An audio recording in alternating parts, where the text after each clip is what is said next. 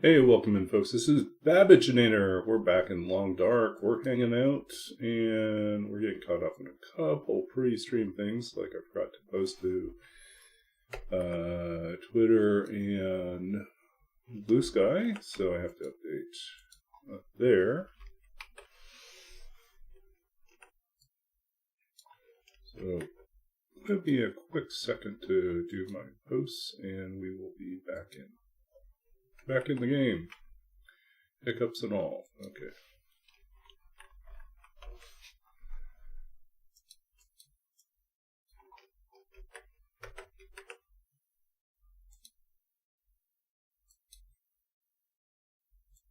All right.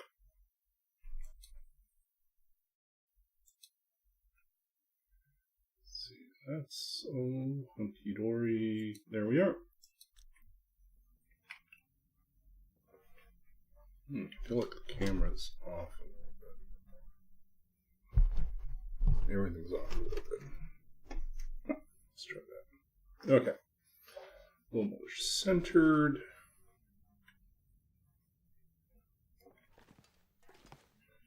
Here we are. We are on day 36. It is not quite day 37. We will have to cure a whole bunch of new saplings again because we forgot. Okay, got one sapling.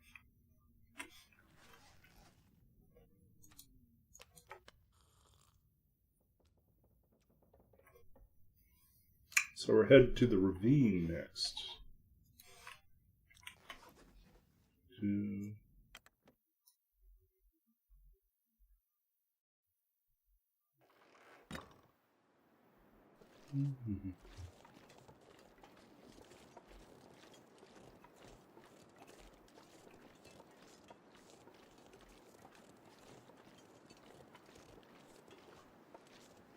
See what else we got here.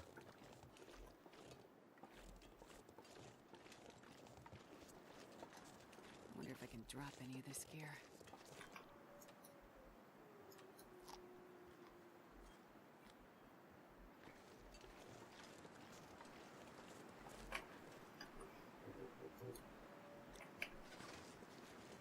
I think I'll wait for an hour inside and then we go out. It's still too cold.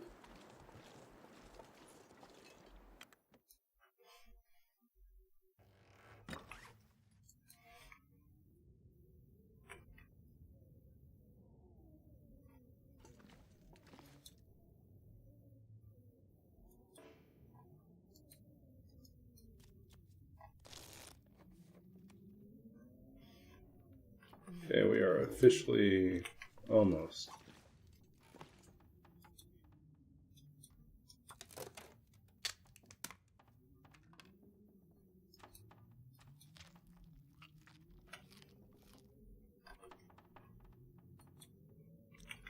Day 37 it is. Here we go.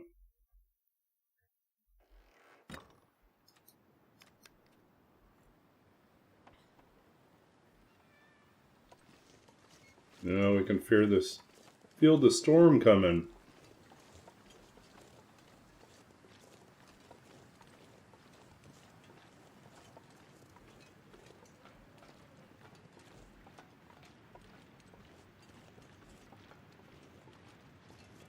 this pack is getting kind of heavy.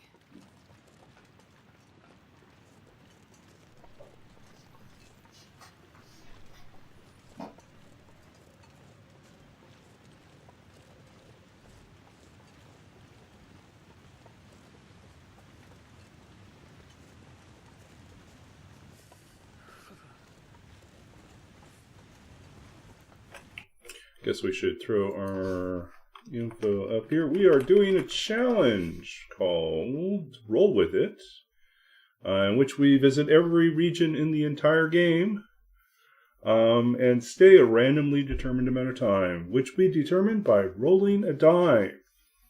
So if you're a D&D player or RPG player with a pocket full of strange shaped dice, then this is a challenge for you.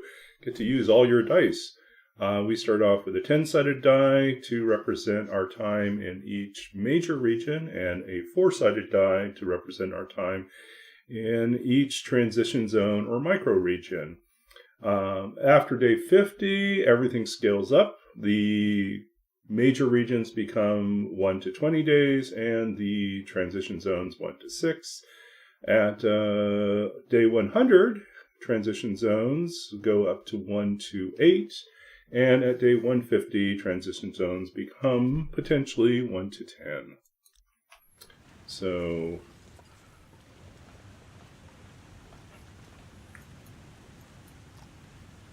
there was some debate if we should scale up the, like after 1 to 20. So after day 50, we go to 20 days, potentially, in the major regions. If there should be another scale up to, let's say, 50 days, and then 100 days. So you could really have to spend a ridiculous amount of time in a region. But I just think it would drag the challenge out way too long. 20 days, I think, is a challenge, a real challenge, especially if you've been to the region before. And you don't have a bow yet.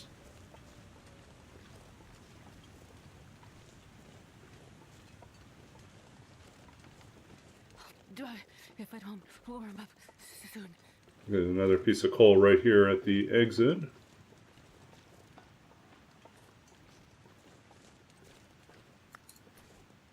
We're going to play a little bit with our lighting here and see if this works a little better. Let's see if I like this better. We have this, or this. I don't know. Maybe we switch that. Is that too bright? I don't know. Which do you think? Should it be this? This is more of a forward light. This is a half light, and this is a little bit of, I don't know what it is. Well, whatever it is. Anyways. I'm not sure I can carry much more. Okay, so here we are, Ravine. And we are going to go and roll for the Ravine. The Ravine is going to be 1 to 4 days. Survey says it is a 3.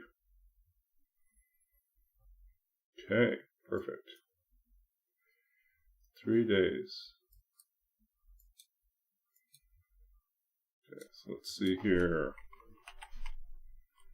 Day 37.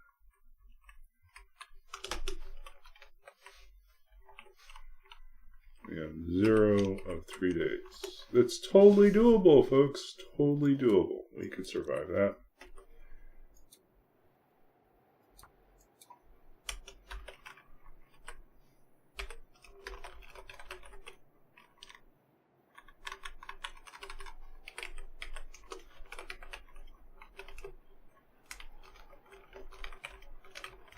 Leave day 40. Nice round number.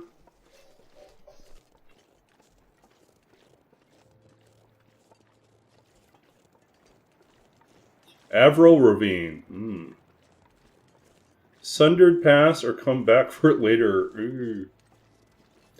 I just feel kind of sucky about the fact that we left almost every single sapling that we harvested and some extra guts all back in the Quonset, and we're never coming back for it.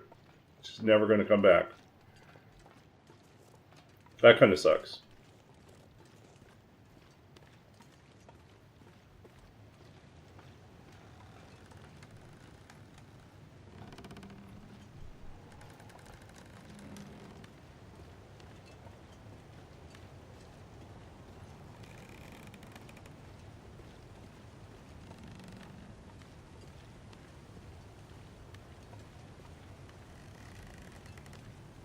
As terrifying as this trestle bridge is, I still think it's one of the coolest scenes in the game.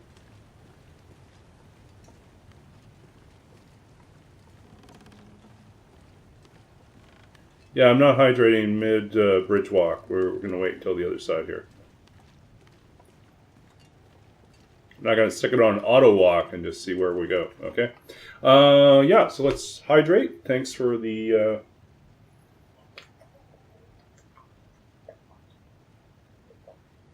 yeah, thanks for the hydrate. And big stretch. I have been trying to do more stretching, and some days I forget. So it's good to have a little bit of it here. Oh, I had family friends, one of my parents, family couple that my parents knew. I stay with them sometimes when I'm traveling through BC. Um, the husband, who's like older, like close to the same age as my mom, so probably late 70s, maybe, I want to say. And anyways, he is really big on resistance bands as his exercise. So he does a lot of resistance training and uses resistance bands. And we can't forget Baba. There we go. Now we have fulfilled all our obligations, our duties and responsibilities.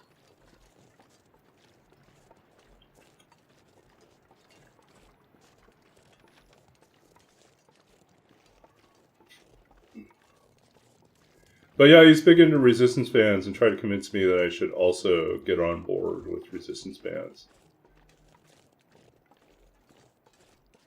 So I got a few, and then I haven't really used them that often.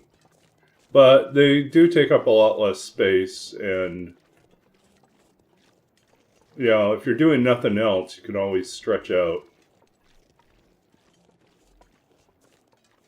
So there's that, and they're not that expensive. So, but I will admit, like I'm living in this apartment, this condo building, and we've got a whole gym. I never use the gym. I really should. I should figure out what would work in my schedule and figure out what to do. I'm not really thinking of like anything major, but I do think that maybe if I had it in my routine to spend some time on the treadmill or like, I could eat a horse. I don't know, find something in the gym that I could tolerate that would actually be productive. But gym's good for winter? Yeah, and winter is not over yet. Yesterday and today were kind of chilly, but it is coming. The end of winter is coming. Treadmill while I watch Twitch. I don't think there's a TV screen in the gym, honestly. It's not a big gym. What? What? I don't even understand how we did that. How did we do that? Folks, how did we do that?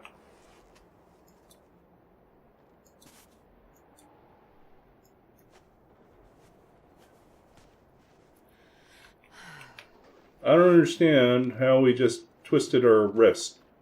Sprained our wrist somewhere in the middle of our walking. Our wrist, not our ankle. Like, on that, I can see our ankle, but wrist? Yeah, we're still okay for hyperthermia.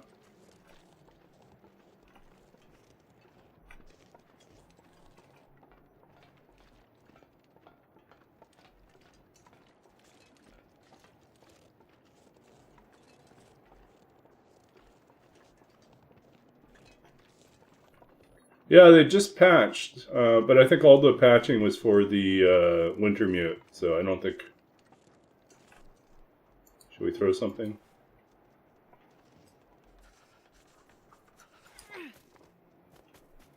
Big miss! Fail.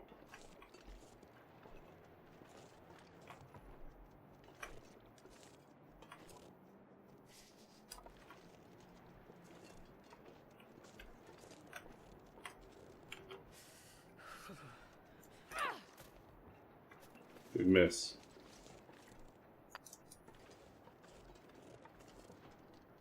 Ugh, I'm starving. Yeah.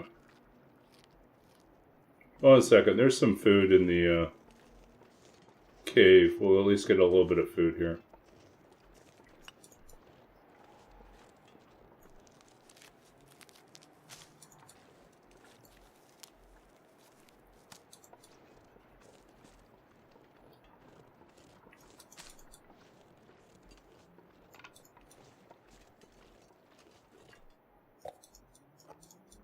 Yeah.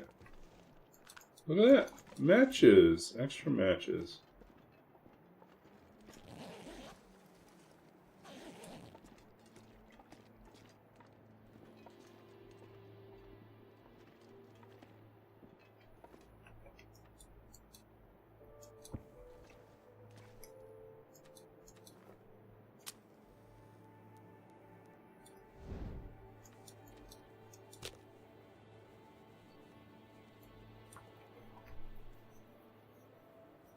He's got 2 pots and pans. 2 pots, 2 pans. Yeah, I once ended up in Mystery Lake with what was it? I somehow ended up with 3 pots, 3 pans. I was like, what's going on here? Why does everyone suddenly have pots?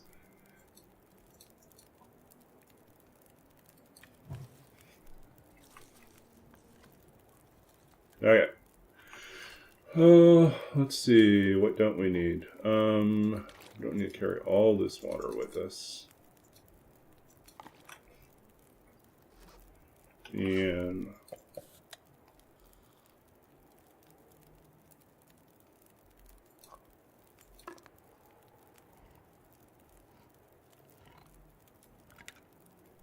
there's still no hammer. Yeah, I know that feeling. No hammer.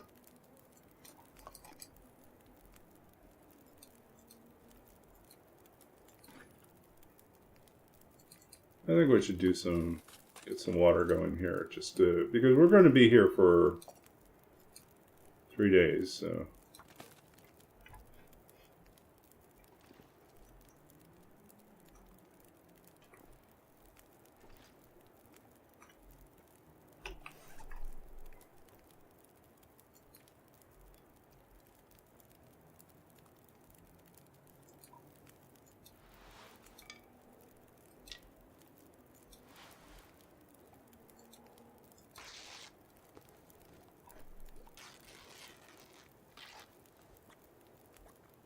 Yeah, between airfield, zone of contamination.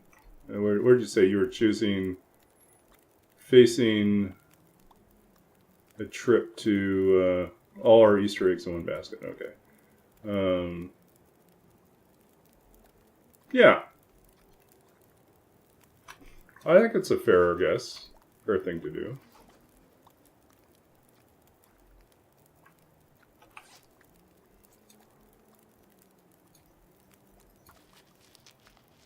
Oh no! Go away! Person with a randomly named account who suspiciously wants us to pay for viewers. Yeah, no. All my viewers are homegrown. I don't need to outsource my viewers. God, I'd eat anything right about now.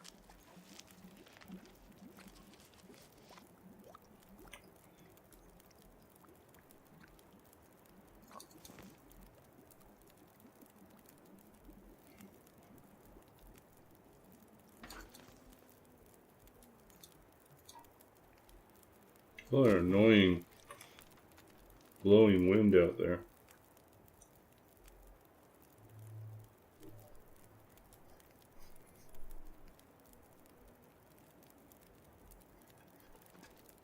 Let's not jump into the fire again.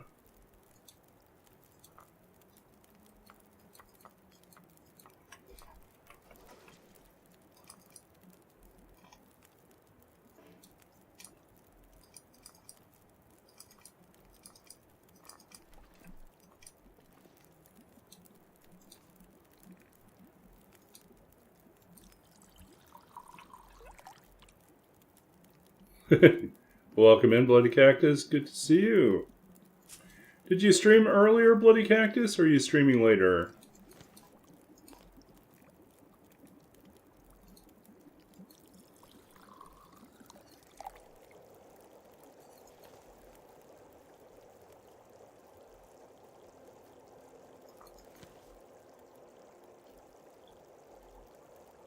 Only Monday, Thursday, Saturday. So it's just, I guess occasionally I see you, it must be on Saturdays then.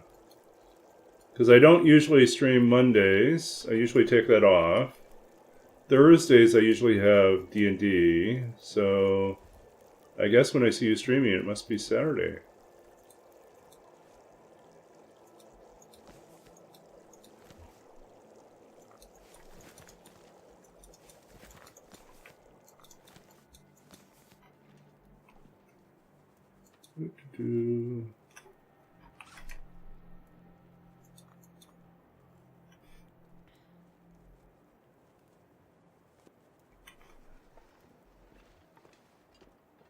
It's noisy out there. It's not windy, it just sounds cold. I could eat anything right now.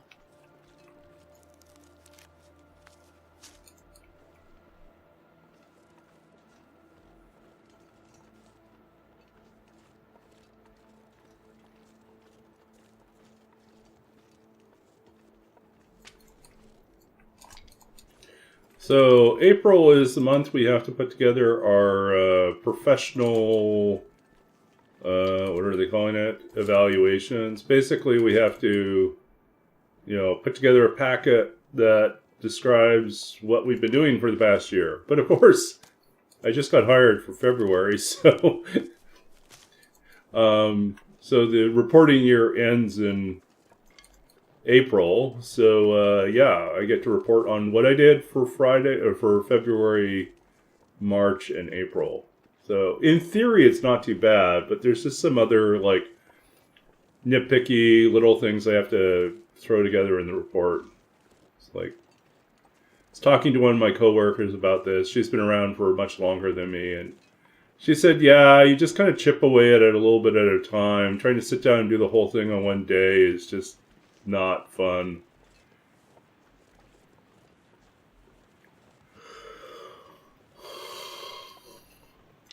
Because my position's only a 1-year position, there's not really any goals, like really long-term goals I can make either. So much of what I have to do will be, in theory, simpler. But there was a whole like CV template that they gave out as well, and it was like, do they want me to recreate my CV and follow their format? Which would be like a big waste of time, I think. And because I already have a CV, it's like, so why am I doing this? Yeah, we're gonna go this way then.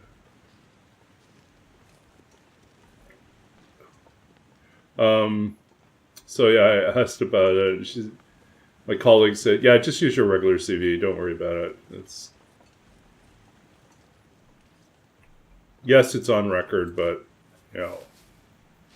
don't need to stress about recreating something you already did.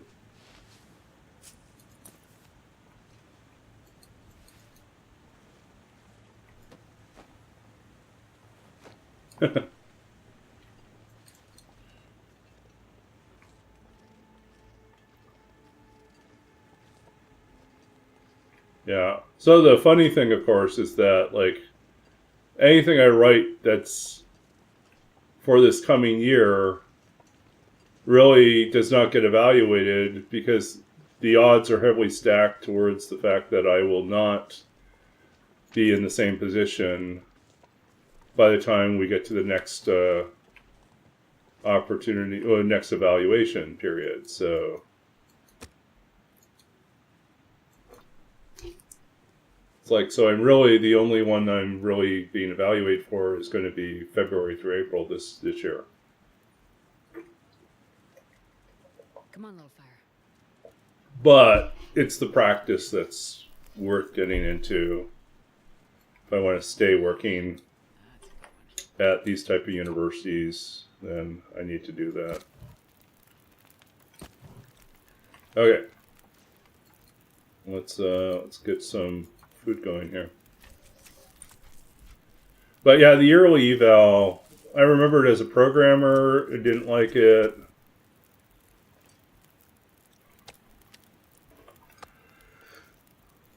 Ooh. But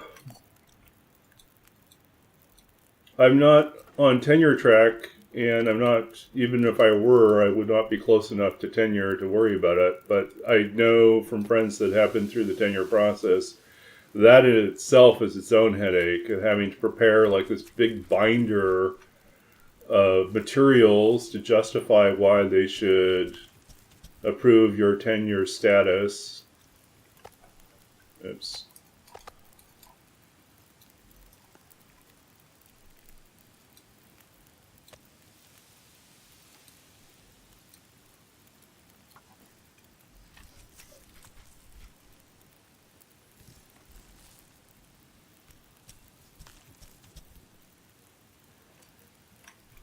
Anything right about now. Yes and no. I mean, a number of universities have moved away from tenure to. So I know one university is like when you first get hired, you're on a 1-year renewable or a 3-year renewable contract. And then at the end of that period, they reevaluate and they decide whether or not they're going to offer you a renewal on that contract at the same length or if they'll extend it further. So your 3-year could become a renewed for 5 years. And then if they still like you at the end of 5 years, they could decide to renew for 10 or 15 years. But they don't offer like a permanent role anymore. This leads to a lot of job insecurity Man, I could eat anything. because you don't know how long you can plan at being at that institution, especially at the beginning stages. I mean, for me, that's kind of a real problem that I have is like, all I know is that I have a position until the end of January. Historically, the advantage of tenure was to ensure that professors could speak without fear of censorship from the political maneuvers of the administration or the management. So, like, oftentimes people that are in the administrative roles answer to board directors, or they answer to big donors, and there may be political aspects to what they're trying to navigate. And so if you were working at a university where the administration has the ability to fire you at will because of something you said that was politically and it may not, like, it might be critical of, so for instance, if they feel like the professor wants to comment on a stance taken by the university or taken by a political figure, or taken, I don't know, critique. I think the main thing is like the ability to critique and the ability to speak truth to power, to use your position to kind of offer and explore things that almost. Please. Oh, it's getting dark out here. Time to look for shelter. Yep, the light's fading. Anyways, like tenure it can historically be a means of ensuring that free, open discussion and exchange of information and critical thought is happening, and not that one particular vantage point is being privileged because it's politically advantageous to do so, right? So I think like that's the historically why tenure was valuable. But it did create problems where, like, if you cannot be fired easily and someone proves ultimately to be incompetent or worse, dangerous in their role, as in they are a threat. Let's say they turn out to be a sexual predator. Um, if they're criminal in their behavior, there are mechanisms for removing them. If they're problematic in their behavior, there's like things, and I will say, like, I once worked for someone, not my last job, but in a different role where it was in a university setting. The person was the manager over our particular group and was frankly not a very good person. Because she would gaslight us all the time. She would take the language of, diversity and inclusion, for example, and twist it into something to use to get rid of people that she didn't like, or to shame people. So a lot of the people that she ended up pressuring into leaving their positions were the non-white people. She would claim to be an ally. She was white, but she would claim to be an ally, and then she would drive away the very people that she claimed to be protecting. And cite that, like, she would accuse people of being racist, who were the people that were frequently on the receiving end of unfair, discriminatory language and practice. So it was like, and so it turned out, like, through the grapevine, we discovered that this was her final destination. She had been in a few other roles in the university and had been moved from place to place to place. They couldn't fire her, so they just kept relocating her until she could do less and less damage. So yeah, that's a problem with tenure. Is like sometimes people get shuffled around because they can't get rid of them, or it's not easy to get rid of them. And so they try to mitigate that by like putting them in roles where they don't have as much contact with others. But that's not a great solution,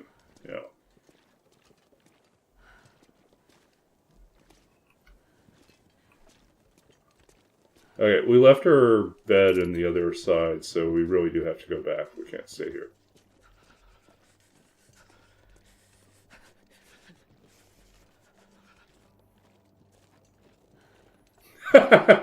See? Yeah, perfect, Laszlo. You understand. That's exactly corruption. Yeah.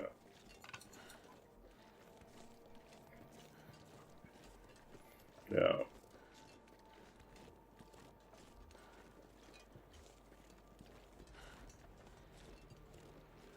So, back to the question, can tenure be abused? Yes, I think tenure can be abused. I do think like there should be some, and there are usually some means to remove people or to remove their protected status. And it's deliberately done to be difficult to remove, right? But there should at least be a process to reevaluate someone's status if they've done something really egregiously wrong. But it does mean it is difficult to, if someone's showing the beginning signs of being a problem, or we uncover things that are unsettling but not exactly criminal. Like if there's a lot of suspicion around a professor's potentially inappropriate behavior or relationship with some of their students, right? Like they have an inappropriate relationship. If they have clearly an inappropriate relationship, there is action that can be taken. if they say things that make people uncomfortable, that are just vague enough and ambiguous enough to fly under the radar or be, to be dismissed, then you end up in a situation where it's like, we don't have enough evidence to get rid of this person. There's enough circumstantial evidence that says that this is a problem, but we don't have enough hard evidence, and no one's willing to come forward because they're afraid of losing, getting punished in terms of their grades by this professor, that it becomes a problem, right? And so administration may eventually decide, well, we'll try to shuffle them. We'll give them fewer classes where they could be a problem. But yeah, it's not ideal.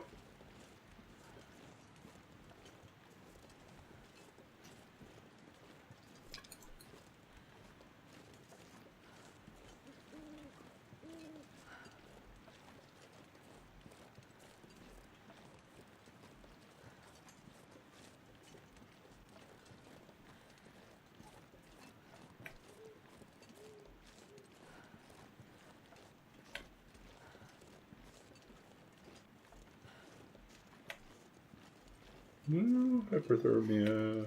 This is so cold. I just want to lay down for a bit. Yeah, we're taking a long way here. Okay, we just dropped the rope off here. We'll deal with it on a different day. Don't jump off. Okay. There we go.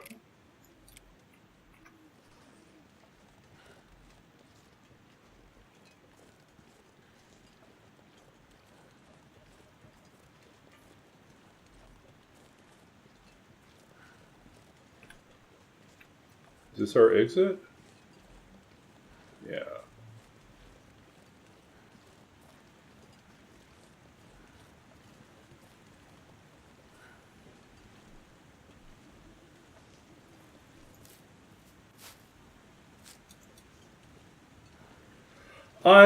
I think some of the problems that I've had were with professors who believe that since they had a difficult, traumatic experience when they were in school, that somehow meant that their students then had to have a similar hazing or difficult period to get through their program. It's like, you don't need to pass on, continue sort of the cycle of trauma. Just because you were traumatized by stuff that happened in your program doesn't mean you have to inflict it on your students so that they know what it was like or can appreciate how good they have it now. I think it's just bad teaching, bad mentorship. It's what your goal should be as a professor is to try to equip people with the tools they need to stand on their own, to be empowered to educate, not only to learn, but to educate themselves and to be able to critically evaluate things and think clearly for themselves, right? And do things, feel empowered to do things for themselves. That's what you should be doing. You shouldn't be spending your time on a power trip trying to crush people's dreams and prove your superiority over them. It's you know what? Why? Why do you do this? Yeah, and if there's anything I learned from interactive fiction games, is that your journey is made so much better by having the ability to choose, to meaningfully choose, and to experience consequences for your actions, right? That's valuable learning that happens.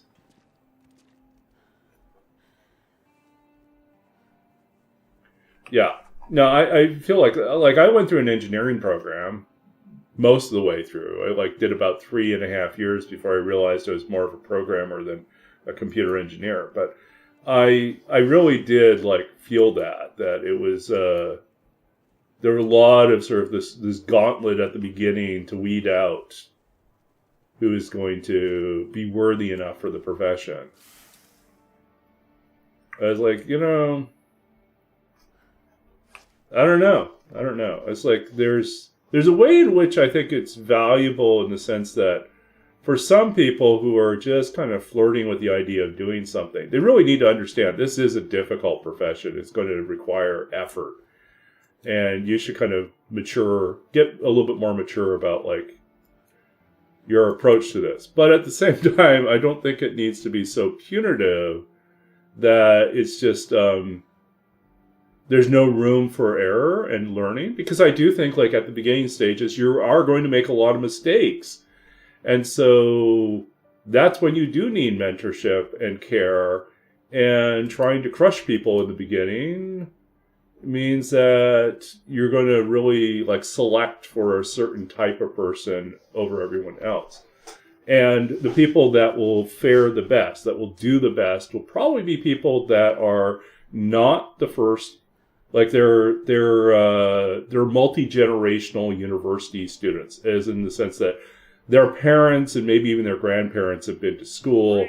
And so they've grown up in a household where they have seen this modeled, and they understand that there is like how to survive because they can have conversations with people in their family that have that knowledge and that ability.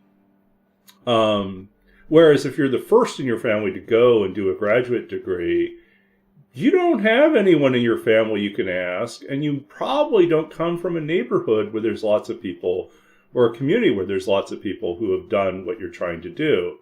So the moment you encounter difficulty, you look around and say, like, how do I get through this? You don't have the same resources as someone who has the privilege of having, an extended network, people that are better prepared. So basically what that sorts out as is that you end up with people that have wealth and other forms of privilege who survive for the most part. And then you have other people who are so stubborn, and this is kind of my family, we persist, we endure, and we plow through somehow to get to the other end. But not everyone that would be good at the job has that necessary skill.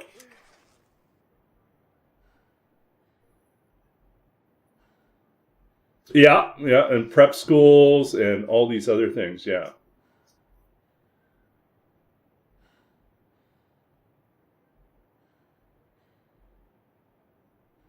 Yeah. Okay, let's see. Do we want to eat the crappy can of food? Yeah, we'll get it out of our way. Food poisoning, here we come. Stomach. Yeah, I knew it was going to come. Oh, God, it hurts. Let's see. Let us go with... We'll go with this.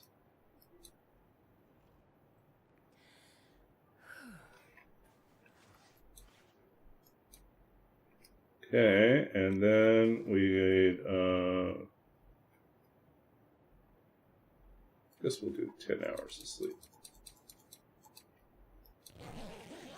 Unbearable verse and worse.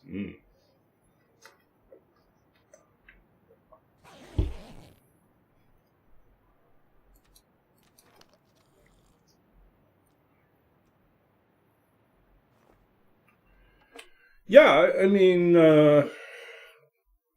my father was the first in his family to get a graduate degree. His mother didn't finish high school, went back, finished high school as an adult, and then did a college. I think she went to college. I can't remember if she finished her college degree, but she was in her 40s, I think, when she went back to school for like an undergraduate or a community college thing, and had a couple classes with my father, much to his terror. It was like, what? And then discovered that his mother was more popular than him, which was, Yeah. I also knew lots of people who, they found vocational schools or training and they pursued that. And I think there's also sometimes a bit of a hazing process, which is very old, right? That's like how like trade guilds worked. Is like you learned a skill, you did have to go through this apprenticeship process, and sometimes it meant a lot of grunt work and a lot of stuff meant to weed out those who were going to actually stick with the field and those that were going to give up early. So you got a job in college bookstore. You see, that's the trick, right? You work at a bookstore or a library, and you just take advantage of like the access to materials there, and just read and train yourself. Yeah. This tangent brought to you by Trooper. Yes. Okay. Unbearable verse and worse. Let us pop over to our terrible poetry and see what we got. How terrible do we want to go? Do we go really terrible? Really old? I don't know if it's all terrible. It's just kind of dated. Let's see. This is this stuff. This is more like university, early university stuff.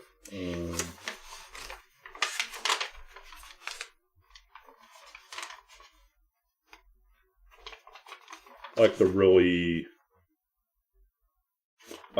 you want the, I don't know. Let's see.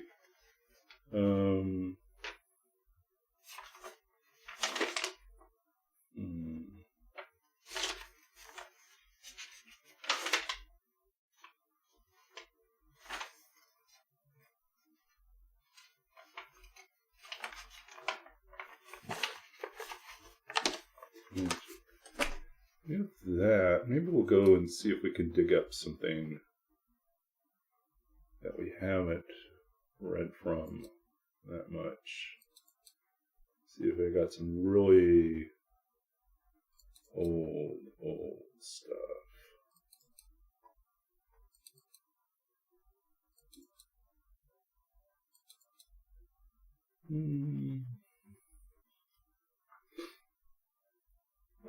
Okay, let's see.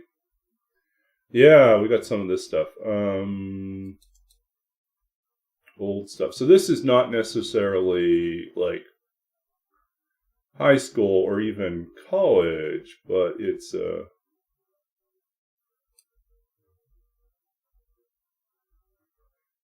but it is like of questionable quality, I guess. Things that I wouldn't necessarily yeah, I don't know what I would do with some of these things. Okay, let's see.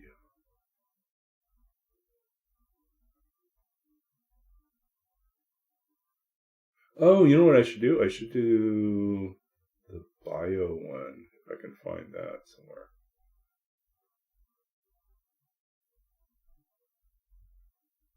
There's one somewhere that is it was an exercise to write a. There it is.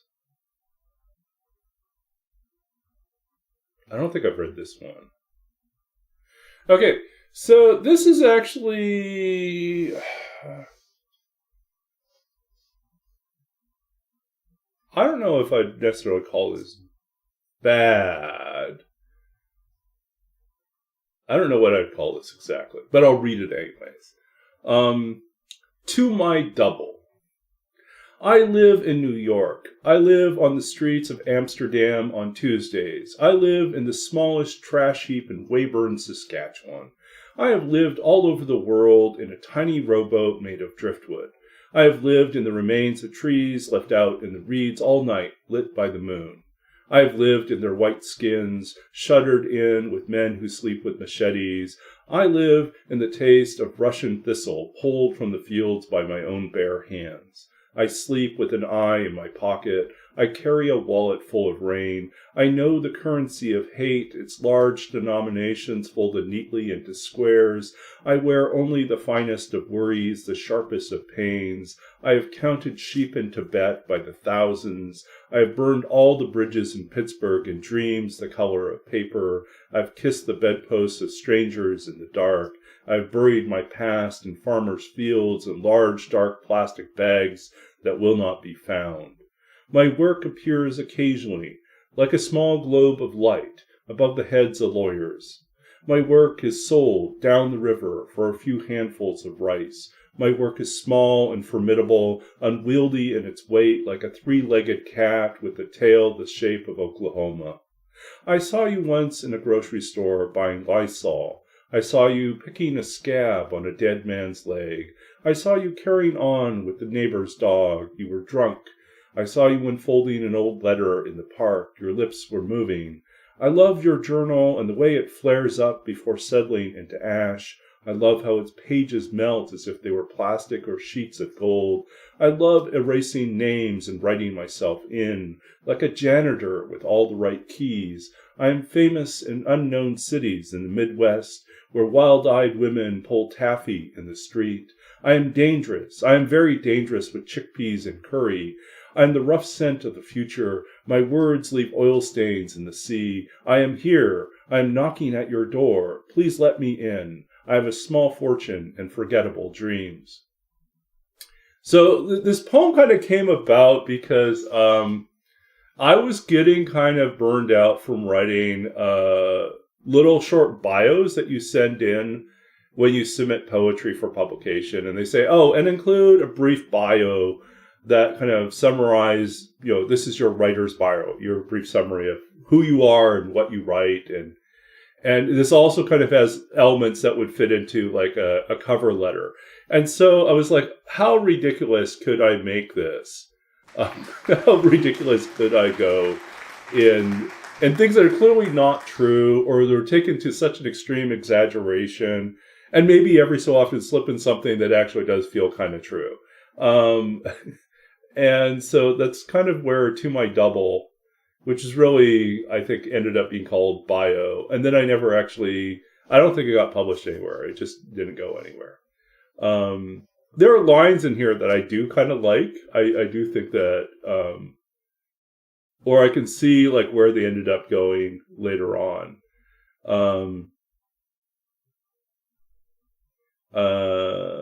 Let's see,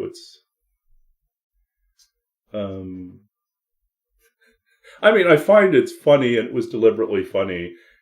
I am dangerous. I'm very dangerous with chickpeas and curry. It's like, oh, it's true. I do kind of like a good chana masala. Yeah. Yeah. And then and some are just weird. Like, I've counted sheep in Tibet by the thousands.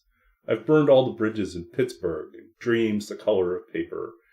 But then there's like that kind of gesture like towards submitting your work for the journal, and you say like, I love your journal, and the way it flares up before settling into ash, which is precisely not the thing you would say when submitting to a literary journal. You wouldn't describe how you enjoy the sight of it burning. It's not something you would probably like comment on. Okay, so that's kind of my weird offbeat and probably not. It's like one of the poems where I just have a big question mark. So what was I thinking when I wrote this, and where would it go? And I don't think it's ever going to get published. But so that's why it's kind of safe. Thanks, Roller, for hanging out with us. Yeah, be safe on your way back, and we'll see you. We'll see you in the next stream. Yeah, or if you have time, if you catch us when we're still here. I think let's see, we've got another hour-ish. Okay, so we are on day 37, almost 38.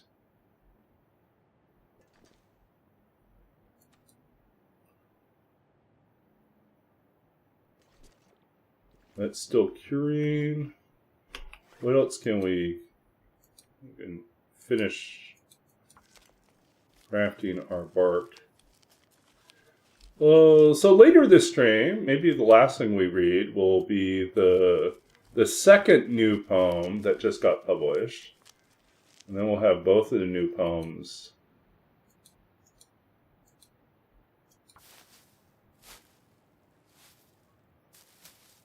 What happens? We did one last stream and we'll do one this stream.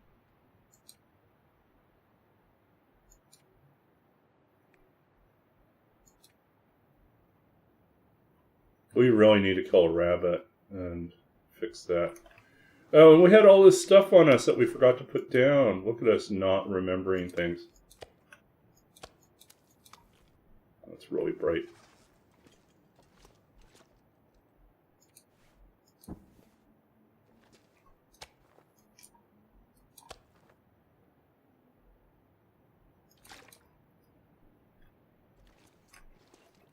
Too early. Let's wait a little bit.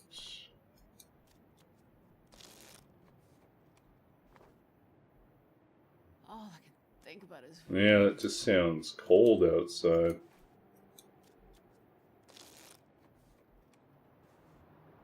It's even worse now.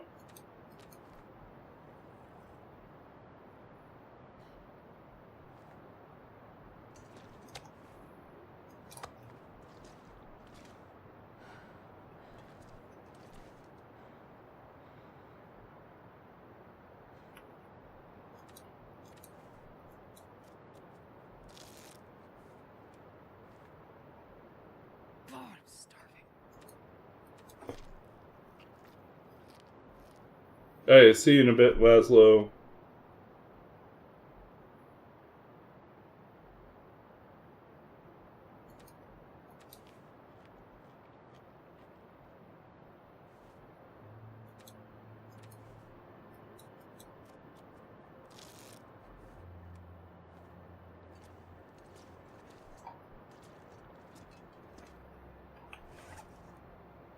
I think we probably do need to warm up our teas. We have any leather left? No, we just have cloth. I'm gonna do these.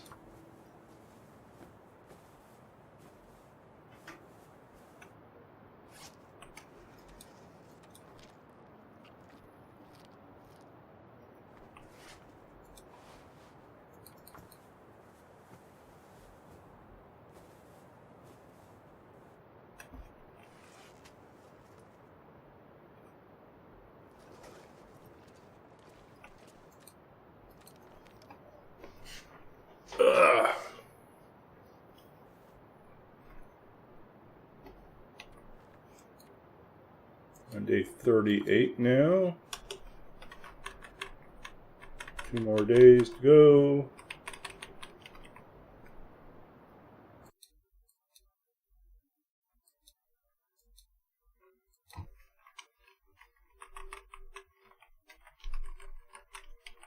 Okay, day 38 is updated.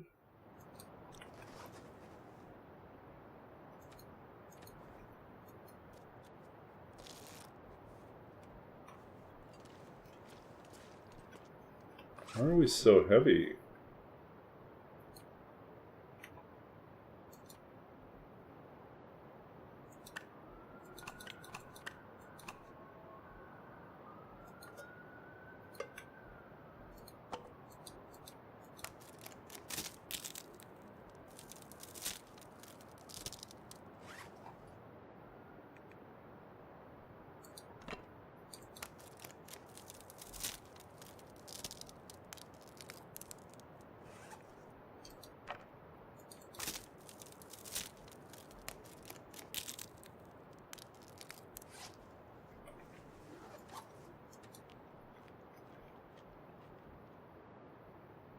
Okay.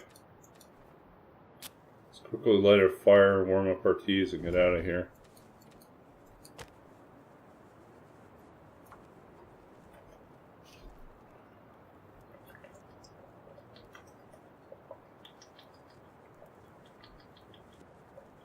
Come on, little fire.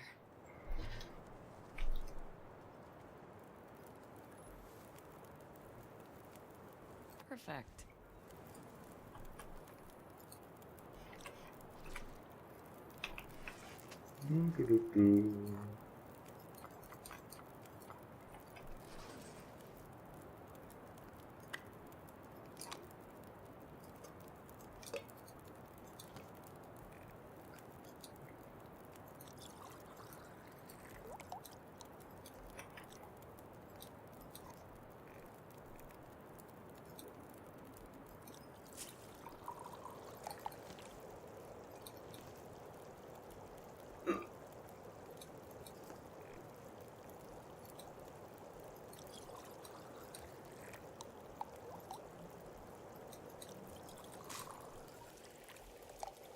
Okay.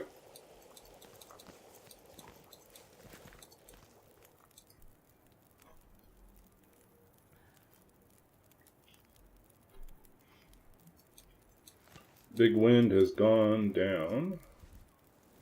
But we have limited time to work here.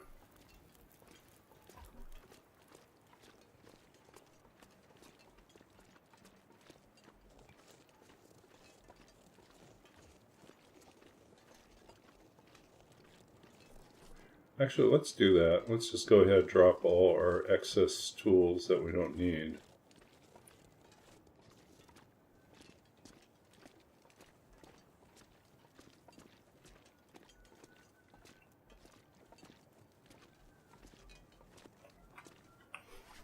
Okay, let's drop. So we drop this. Drop this one. Drop this. Drop this.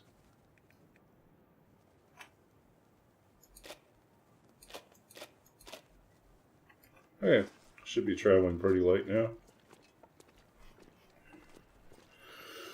Let's book it, book it, book it. Move it.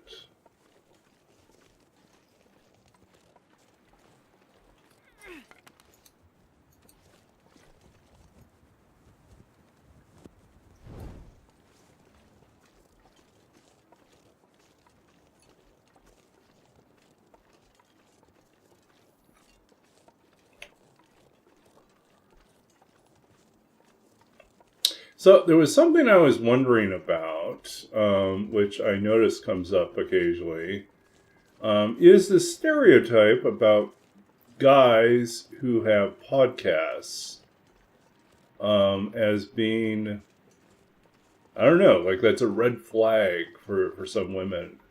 And it's like, what is it about people with podcasts that seem like it's a problem? Is it because they like the sound of their own voice so much? Is that kind of the indicator? It's like, oh, they must love their own voice. Or is something else going on where it's like they like to talk, but there's nothing meaningful. Like their podcasts are really just an opportunity for them to like blather on about something. And it's just maybe another mark of conversation, like a failure in conversation skill. Yeah, just kind of curious. What's all the hate for people with podcasts? I used to, full disclosure, I used to have a podcast a few years back. But my podcast was really just me interviewing other writers. We've been through... Oh, wait a second, we already crossed through. That's right. We haven't gone to the other side of this, but... yeah, so I just interviewed other writers. And it was very centered on them and not about me, right? So and I've heard some really great podcasts, but I'm not really like a huge podcast head that like spends all their time listening to podcasts. I don't even listen to podcasts on my commute. I just read news and sometimes make notes about like upcoming campaign ideas for my D&D campaigns.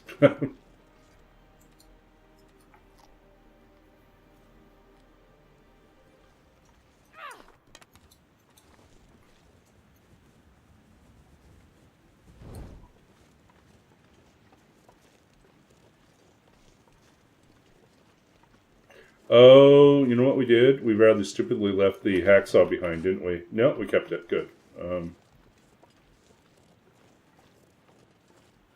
It's like if we didn't bring the hacksaw, then what were we going to do if we saw saplings? And like, that would suck.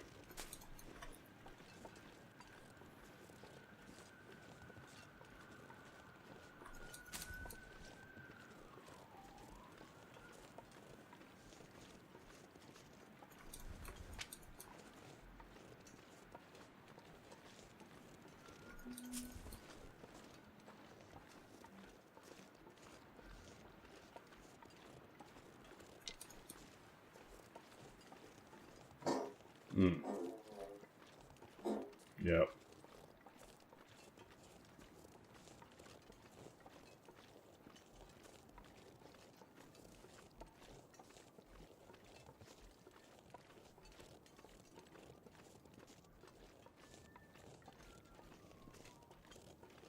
Hey, back.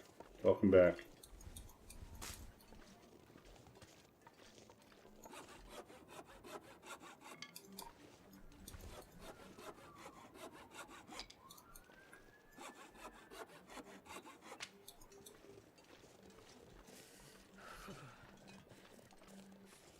So I was just asking, and no one's chimed in yet, so I'm going to throw it back to you. So I noticed there's apparently some sort of, like, what was it? Guys with podcasts are somehow seen as a red flag in the dating world. And I was wondering what exactly is behind that. We've never asked, usually it's women that say that. It's like, oh, there's a podcast. It's like, so is it that having a podcast is usually an indicator that someone loves the sound of their own voice and thinks that their opinions and their knowledge are somehow valuable in a way that, so an inflated ego about their own, what they can offer in the form of a podcast.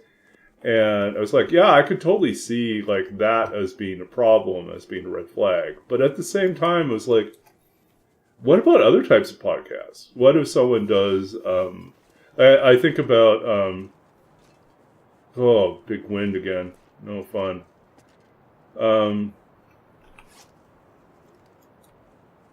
We warm up our teas.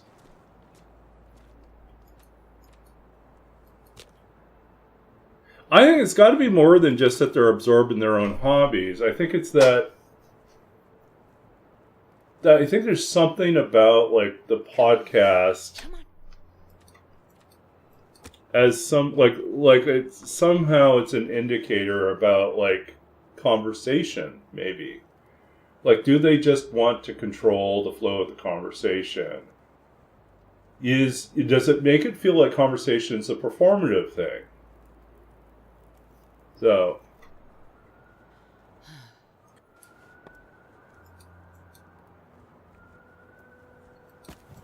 I don't know, but I would love to get someone's feedback on that. I'm just really curious how that's evolved into like a red flag.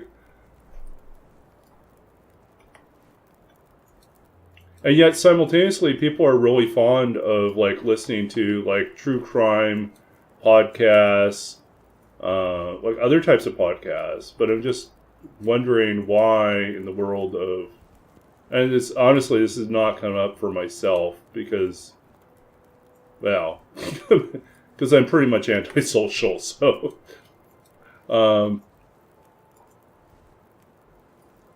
I like people. I also don't like people. I mean, that's kind of a weird thing about me. So.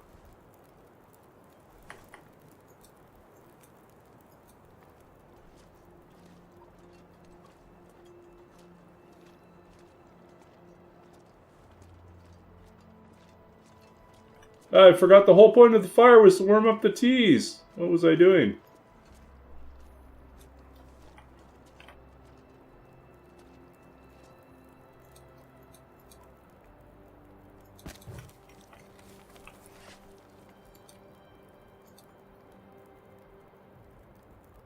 Podcasting, yeah. So what's the big deal? Why is there so much hate about podcasting? Discuss. No.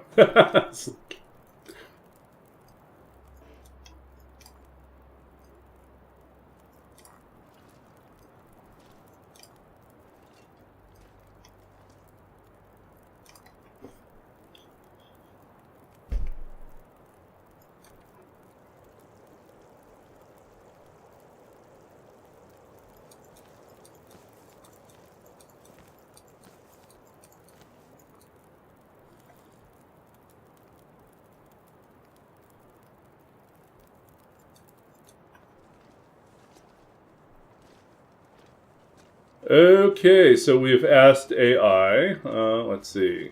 Having podcasts that often see as a red flag in the dating world because many women associate with men who promote toxic masculinity. Okay.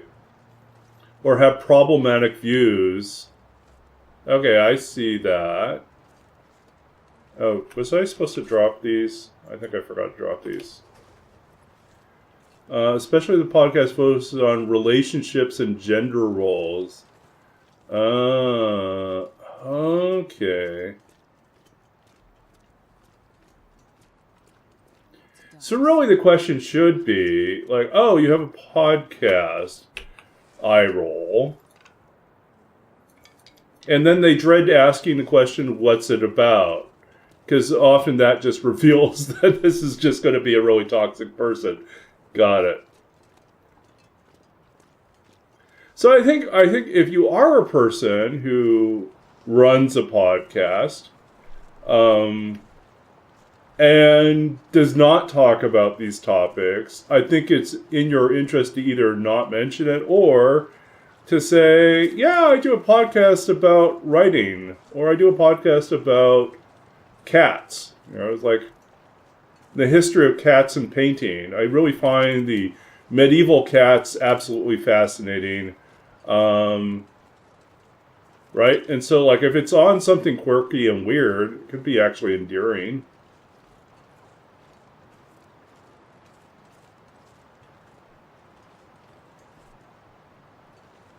Got you tabbed up for the night. Welcome in, Bear. Hello. We're doing our best. Try to... Oops. There we are. How many people make podcasts about podcasts? Yes. I think one of the best podcasts was the, what was it called? Night Vale, Welcome to Night Vale, where it's like super mysterious and weird. And I think like that is actually great. I think it's kind of brilliant because it's a type of like world building and storytelling. And it's a podcast that's not really it's a different type of podcast. It's a storytelling, creative, artistic kind of a podcast. But I do think that's a good question. Like, how many people have made podcasts about podcasts? So I want to do a deep dive. I want to do a deep dive into podcasts and why people make podcasts. Yeah.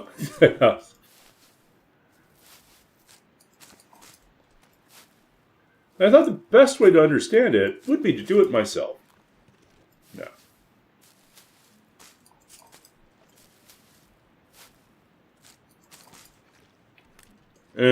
Yeah, I got that. Yeah.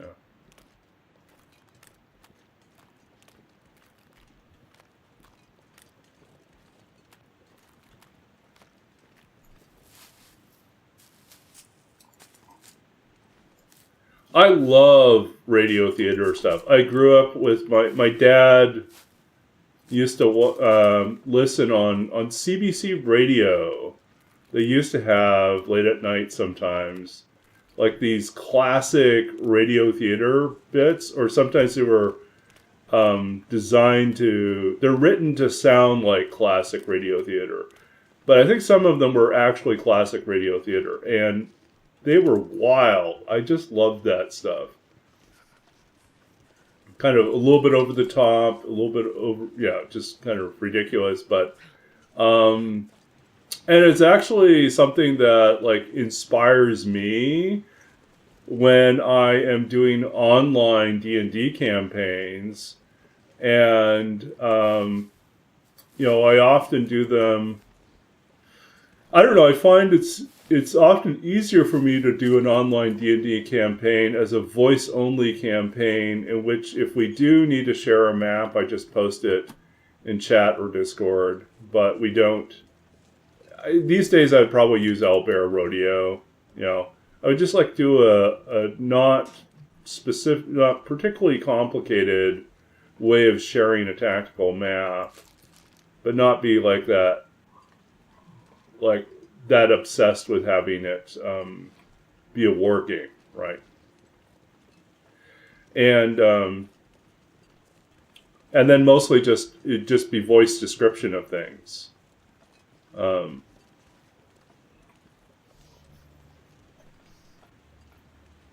And there was, I'm trying to remember, a few years back, I came across someone who would run D&D sessions and then, and record the session and then cut it together, like do all this massive amount of editing and production to turn it into a radio theater episode. Which I thought was very impressive. He came from, I think, a radio sound engineering background, so this was something that was like already in his wheelhouse, something he could do. But they were really polished, really interesting.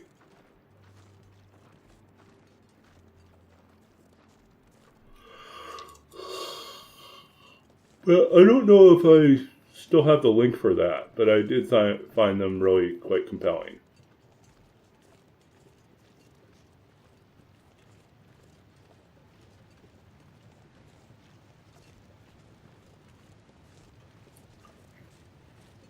And I think sometimes, like for role-playing on Zoom, you can feel self-conscious role-playing on Zoom with the camera on.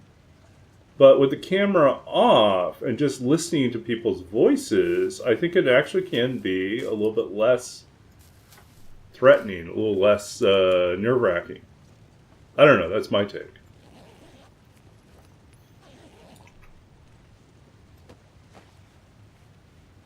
I'll take it.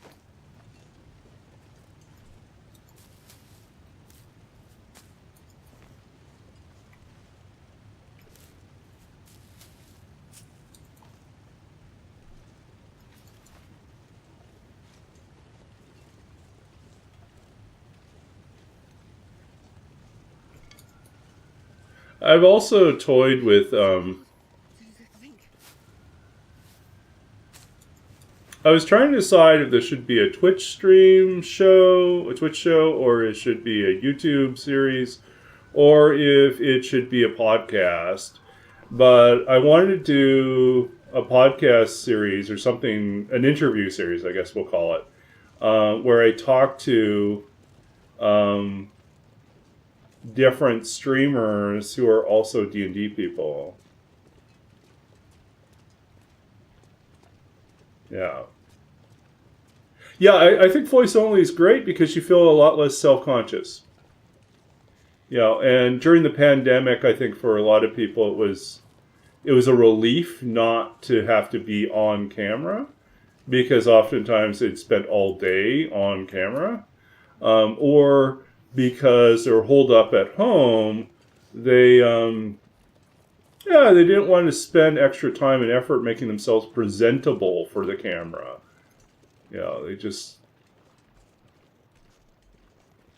It's nice just simply to be able to just play the game and not worry about having to dress up or look presentable in some way.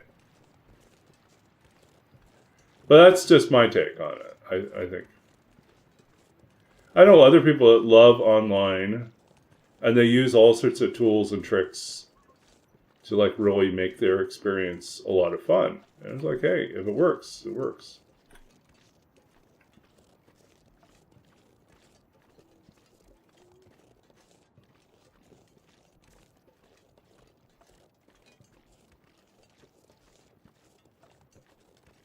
Yeah, and that's what I think. I've seen or heard a couple examples like that, and that's why I think done right, it could be really, really good. Okay, let's see. Where are we? Are we at a cave? We are at a cave. Okay.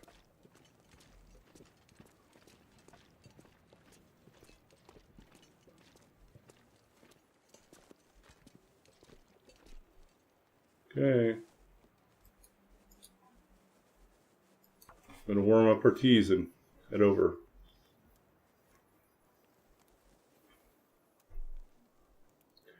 I've also thought about, like, I have all these recaps from Come on. like that really long D&D campaign that I ran. Like I ran 72 sessions. And after every session I wrote a recap. And I've thought about, like, what could I do with all those recaps? You know, a really great like story that unfolded and all those characters. And I thought, do I sit down and like rewrite everything and convert it into some sort of a novel? But I'm wondering too if like maybe I try it as a radio play. Maybe that would be interesting to do that.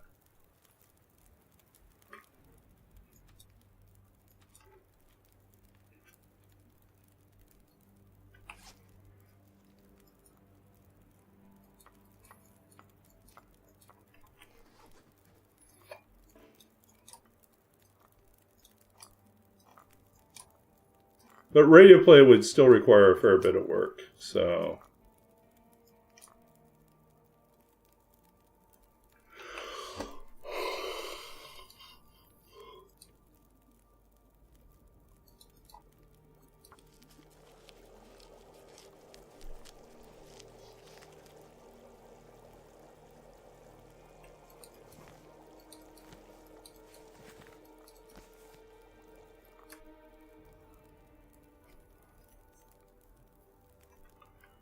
all right.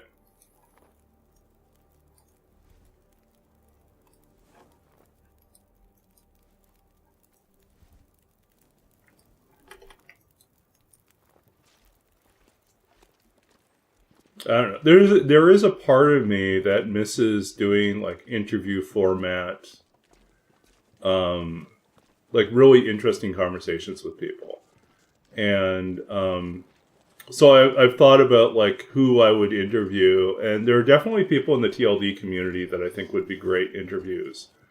I would love to interview Prof. Niels, who is actually, I think, one of two streamers from the TLD community that I have met in person. And the other one is no longer active in the TLD community. So Prof. Niels is the only like current TLD streamer that I have personally met, like in person, sat down, had a meal together, hung out. Because he's in Seattle area, and I was in Seattle for a conference one time, and we decided, hey, I got some spare time.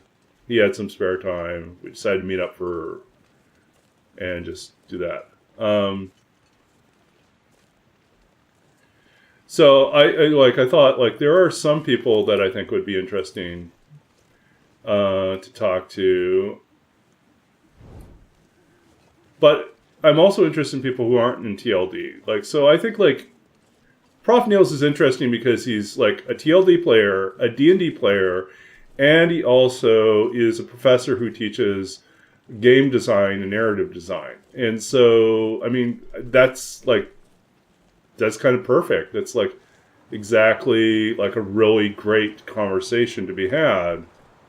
Someone with that great kind of combo of experiences and insight.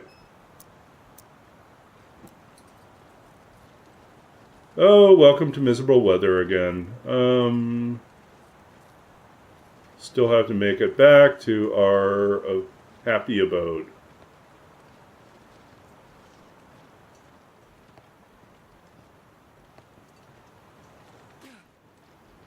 So Prof. Niels won.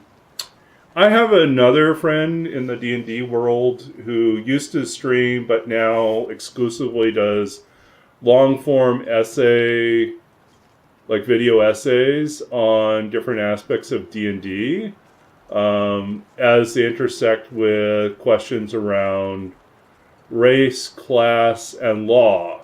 Because he is a lawyer, he's also of multiracial background, so he's got more mix than me. Like, the guy is Korean, Portuguese, I think, and maybe a few other things. Mexican too, I think. Yeah. But Legal Kimchi does these wonderful, like, long video essays on interesting topics. And it relates to the role-play game world. And they're the type of deep dives that we rarely see, with the level of, like, attention to detail, research, and polish. He actually has a background. He has the skills to do the video editing too, and really make them interesting, well-crafted videos. So, yeah. He only does... Yeah. So let's see if I can pull up, I think, a link to Legal Kimchi. He's got a YouTube channel.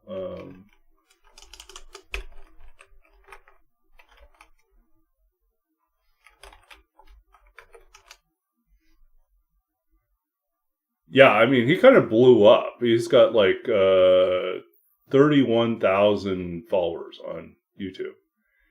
And yeah,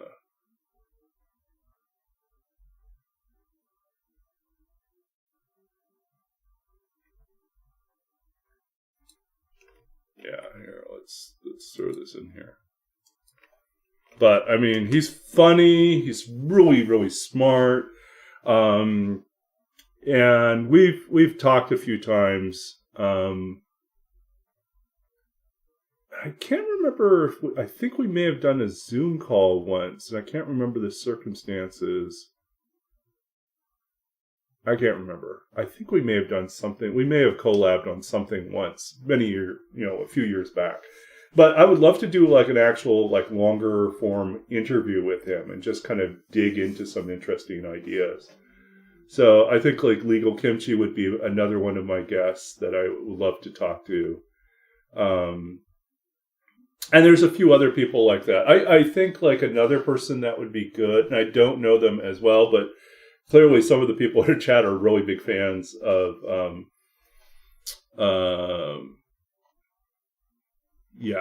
just like there are people that have been mentioned here. Why am I blanking out on who it is? Guys are always recommending him.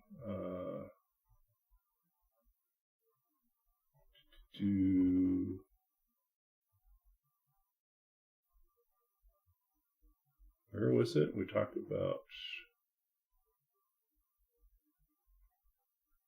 Trooper, right? So Trooper would be another good interview, I think. Yeah, so I think there's, like, some interesting people out there who would make for good longer form, like, conversations about meaty, difficult topics. And I would love to just kind of pick their brains for, like, whether it's half an hour, 45 minutes, or a full hour, and just do something like that.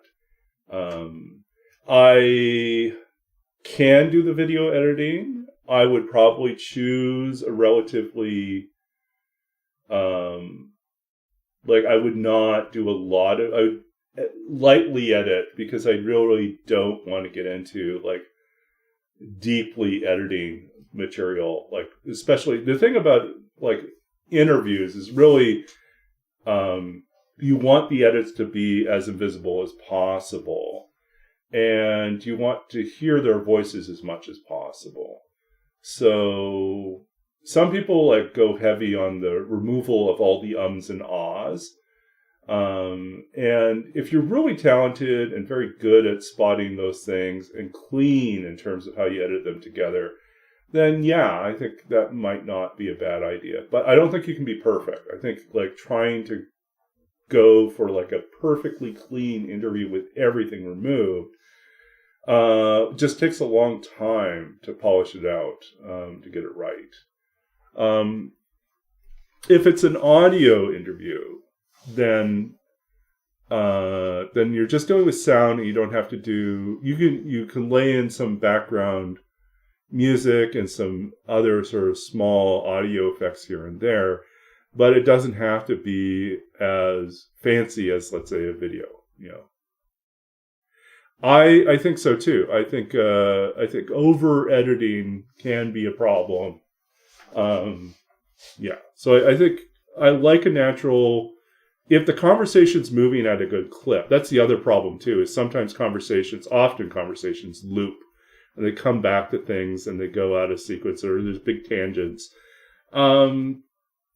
If the tangents are eventually brought back to the main topic, then you may have to do some light editing so the tangent doesn't feel too long, but it still comes back.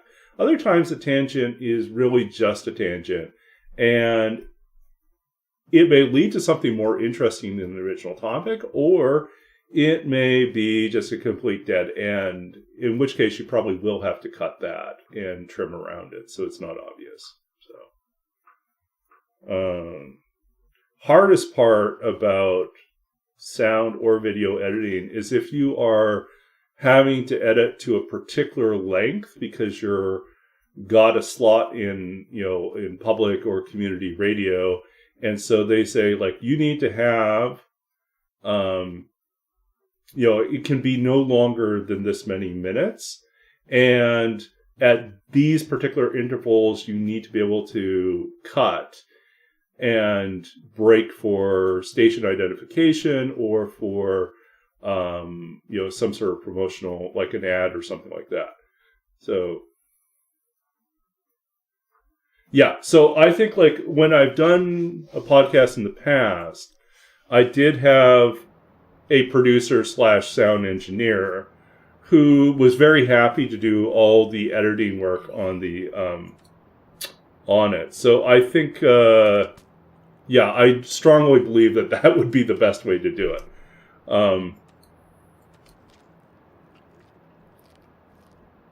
I don't enjoy the sound or video editing. Even if I'm capable of doing it, I don't enjoy it.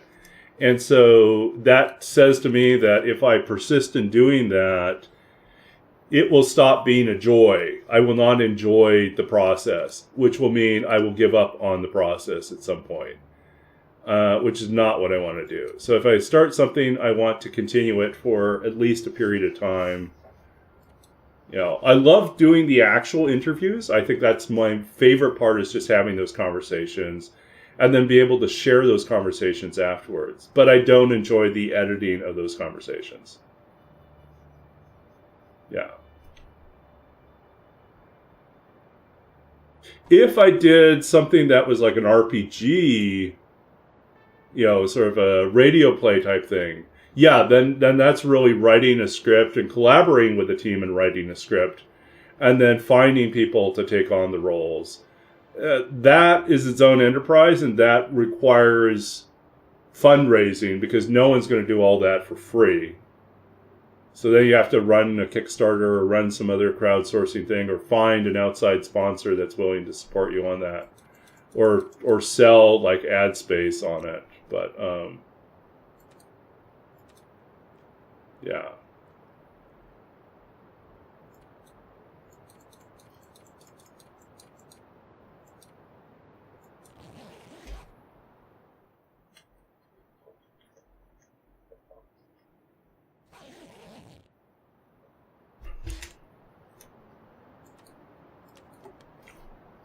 I know, but I don't want to exploit students too much, right? I'm starving. What am I telling them? Am I telling them, hey, you can work on this project for exposure. It'll be good for your portfolio.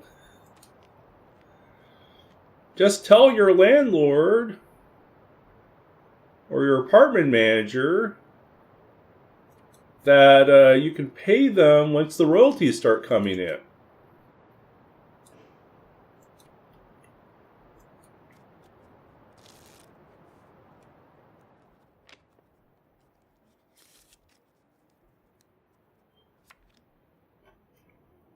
All right. I need to find food. 10% forever. Oh. Okay, so we go until I think 40, right?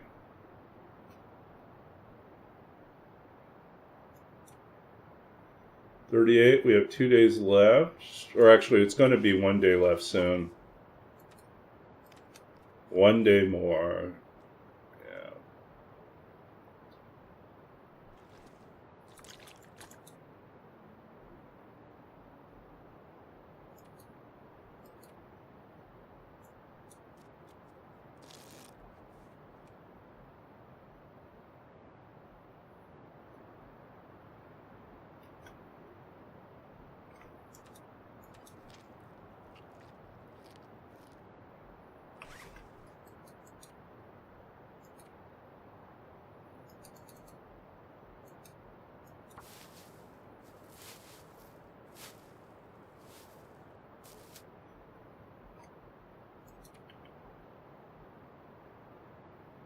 What did I think of the Joker in the animated series?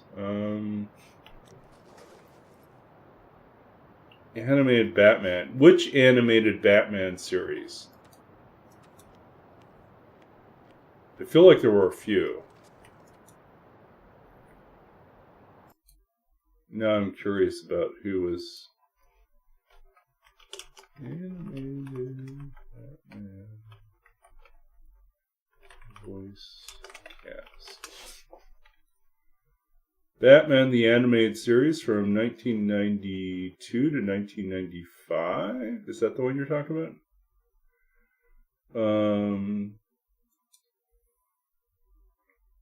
Who did they have?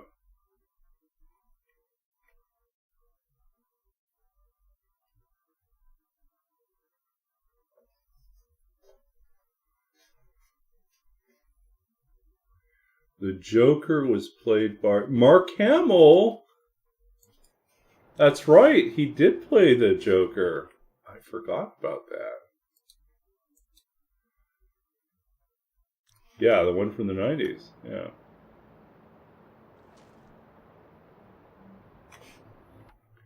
It was in the 90s, right? So, this shows my age. The show ran from 92 to 95. Guess what was happening for good old Baba during 92 to 95? Yeah, I was an undergraduate doing initially a computer engineering degree and switching to computer science. I had almost no social life. I did have some. I did participate in the Asian American Association and eventually, actually, weirdly enough, became the president one year, which caught me completely off guard because I'm only half Chinese and not at all American. But apparently, I ended up in charge for a year. So I did do some social activities, but like when I was in the first few years of my undergraduate degree, I had no life. It was just all engineering classes and pain and suffering. So yeah, no time for cartoons. No time for D&D. That was a dark period of time in terms of my D&D playing. I would look longingly at D&D books, thinking to myself, if only I had the time to play. But I didn't play. I didn't get to play until after I finished my undergraduate, and then finally had time to play again.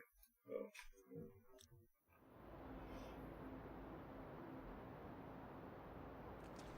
Actually, no, it went longer than I'm trying to think how long I went. I did not play all the way through my undergraduate.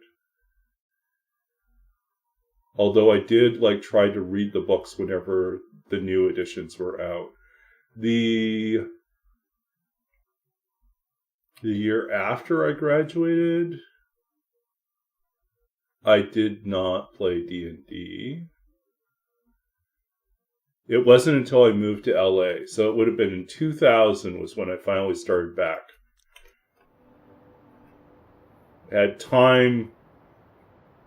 Well, I don't know if I had time, but I had more motivation to seek out like a D&D group to start playing again, in the hopes that it would give me like a larger social community, right? So,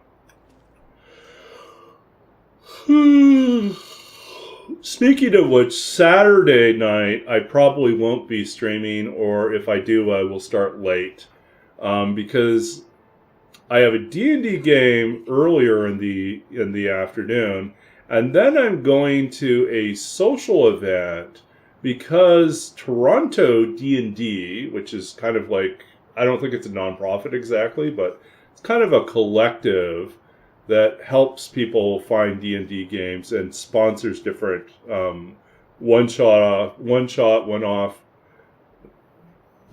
games. They have like a whole system to facilitate people dropping into new games, and introducing people to DMing and introducing people to playing in D&D games. Anyways, they're doing a kind of a social this Saturday evening at a local gaming pub, and so I will drop in on that. And some of the people from my gaming groups are going to be there, so that will be kind of fun to meet up there. But yeah, so I will be late getting back to streaming. Yeah. Okay, what do we got here? Guts, maples.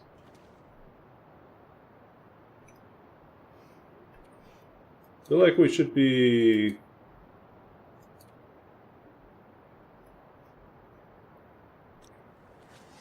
$38.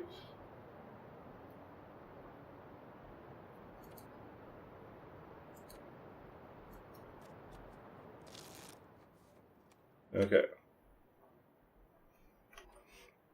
Where are we? 39? We're on 39.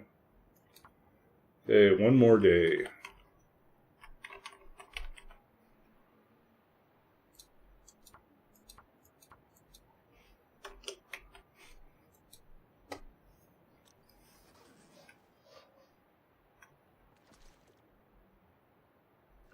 So the next question is, should we go climb down the rope?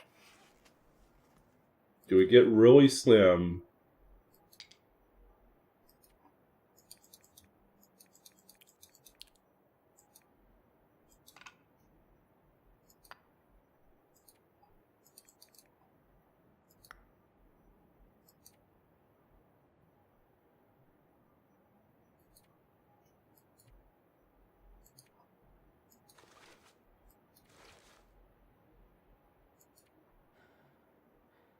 Okay.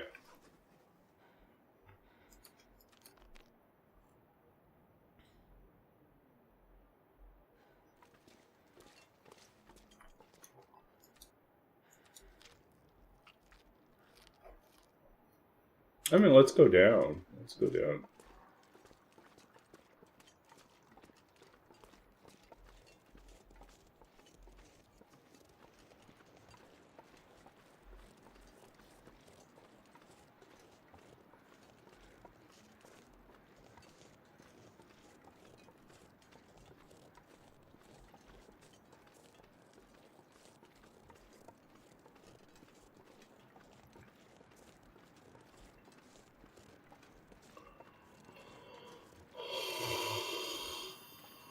Ooh.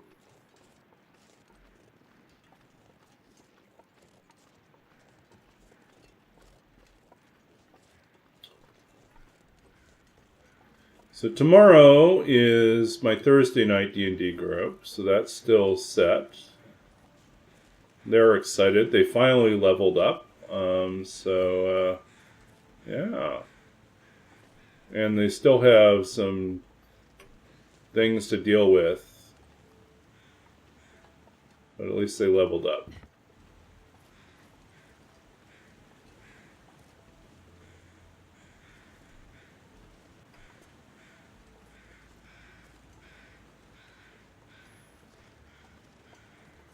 Yeah, we also have a fair bit of coffee. Would be great if we had whatchamacallits, but crampons. We have no crampons. Okay. No, we didn't want to take the rope. It was so incredibly dumb.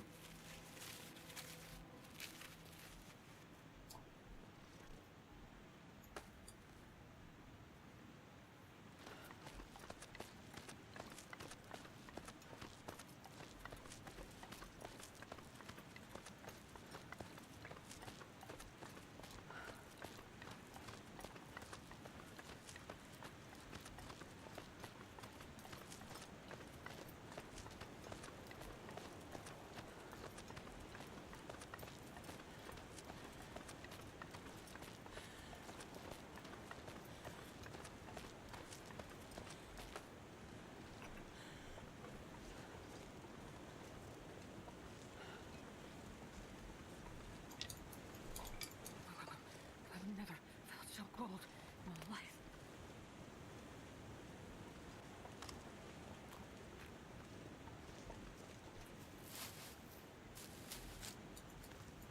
Yeah, no, they can make a big difference. We need to find food.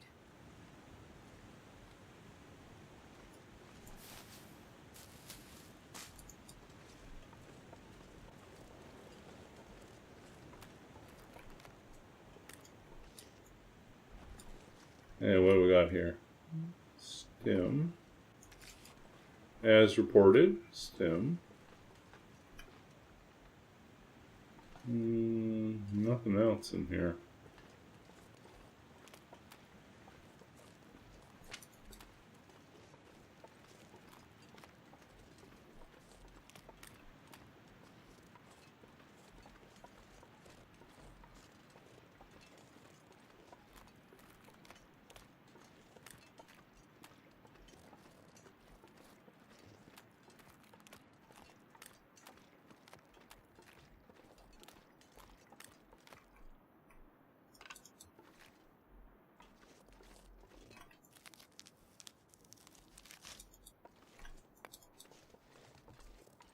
No cattails.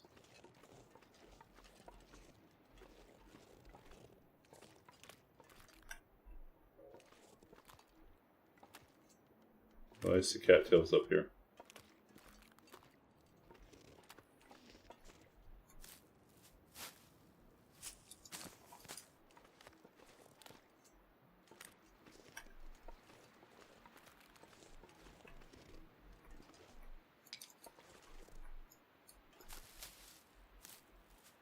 Well, look at that.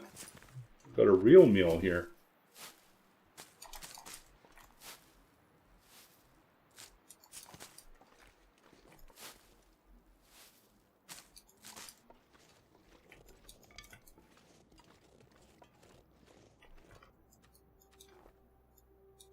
There's so many torches. We should drop some. I could eat a horse. Could, but you won't. You have to wait until... What? One little fire. Black Frost for us to get horses? Yeah.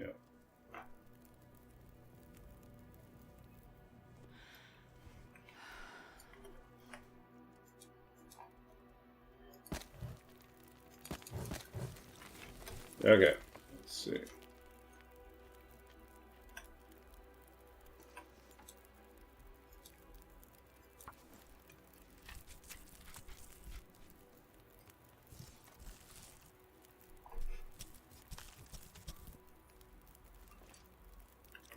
Yeah, one of the things I toyed with is the question of whether or not we should try to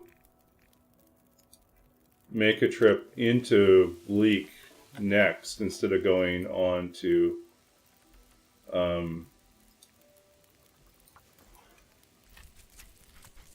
Mystery Lake.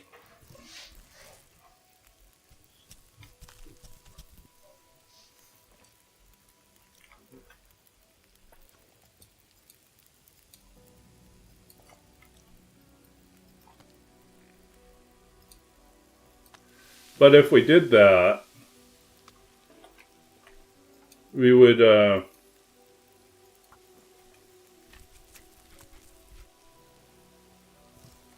yeah, that's the problem, is we'd have to roll for all of Bleak, and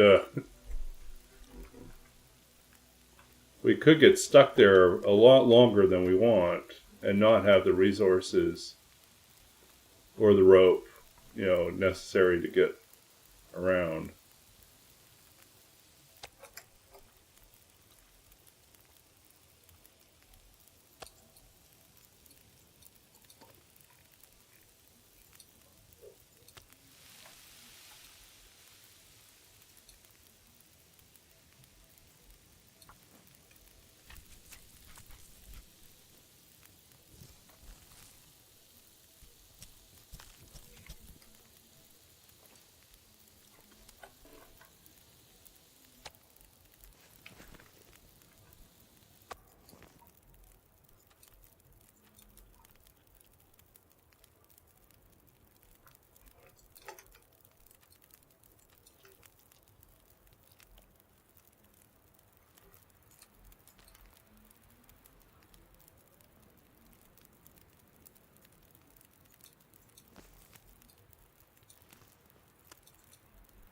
Okay, we'll just take an extra gut with us. Or maybe we'll grab the other gut.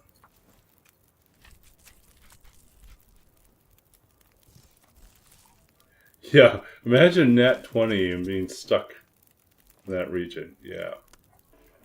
Without a bow. Yeah, not good.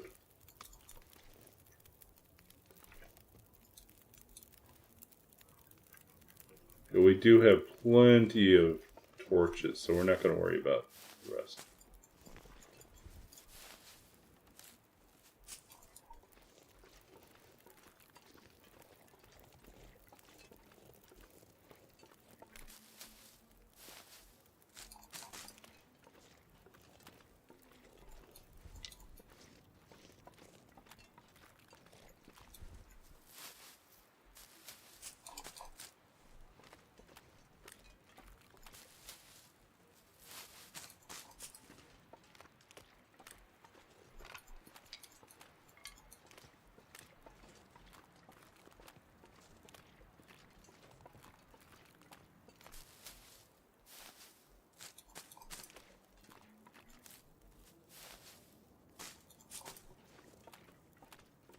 Okay, time to get out of here.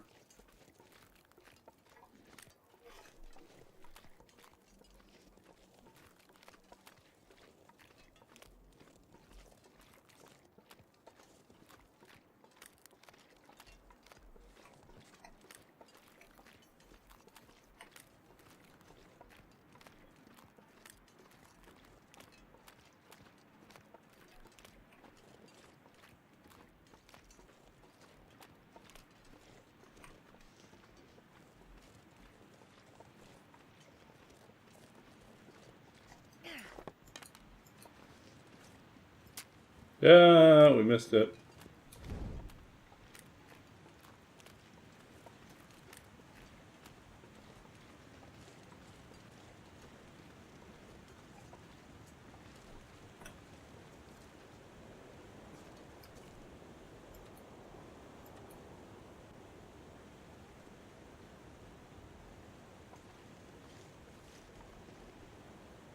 Do we need the stem? I don't know. I think we should be able to get to the ledge.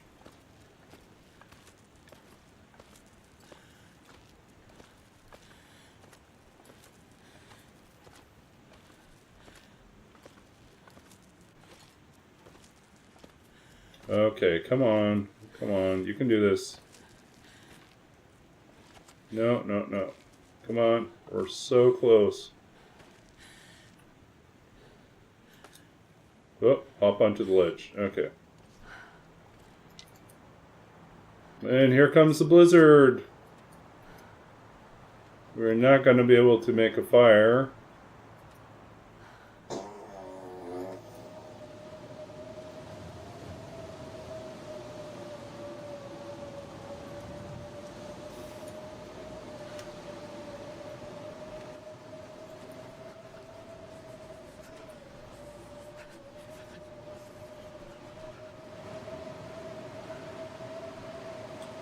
I think we're probably going to have to stem it.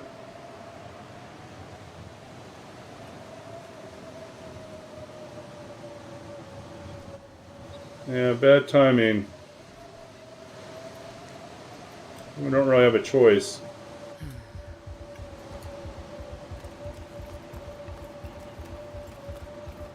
I'd rather not be hanging off the cliff, so here we go. The last stretch is not too far, but not going to be able to do that on my own.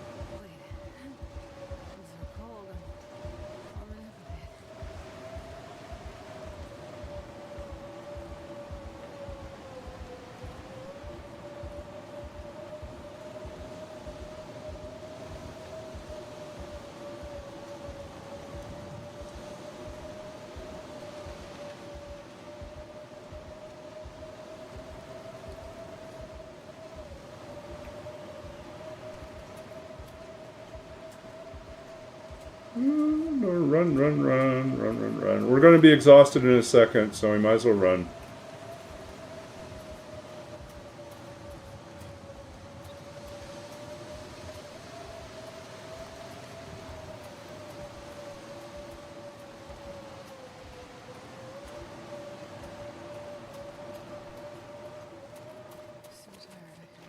Perfect timing, huh?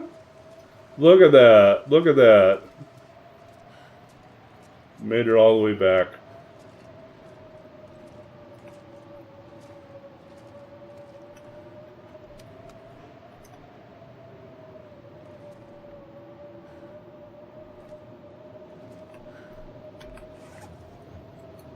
Anything else you want to drop? Nope. Let's see here.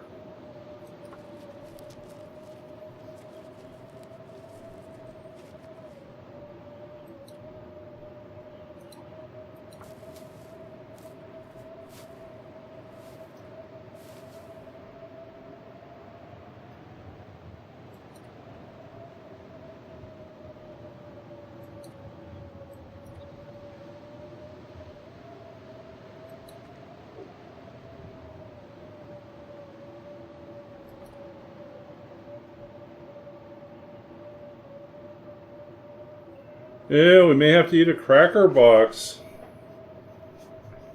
Tomorrow, at least.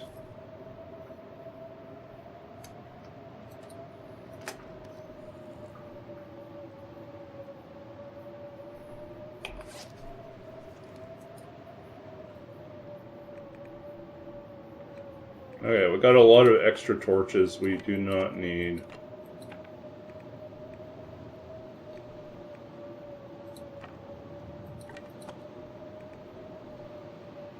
$15, $16, 15 torches. That's plenty.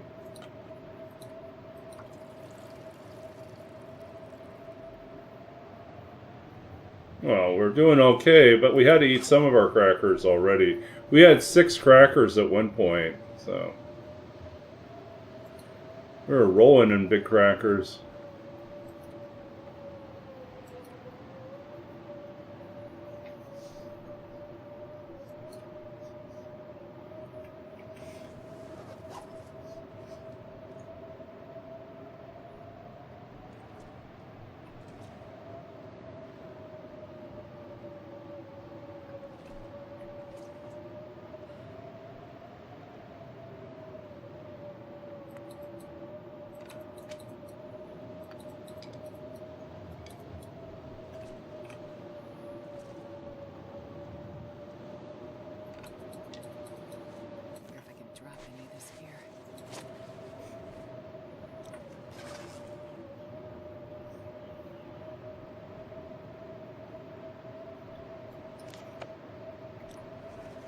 Still okay.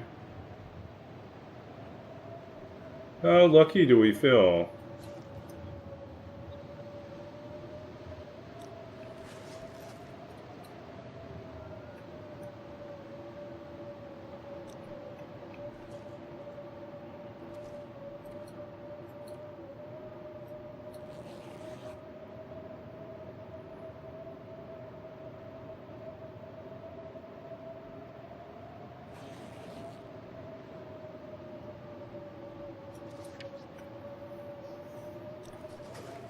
It was like 4 degrees now.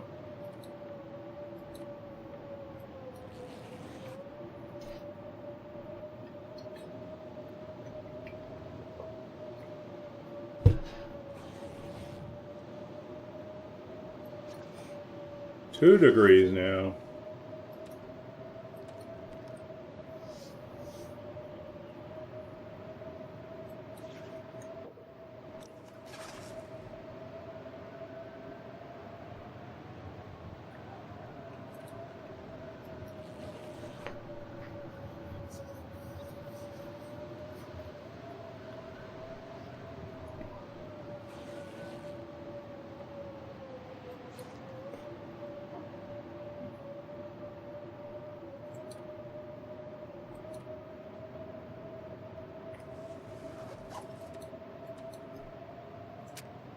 Now it's too cold.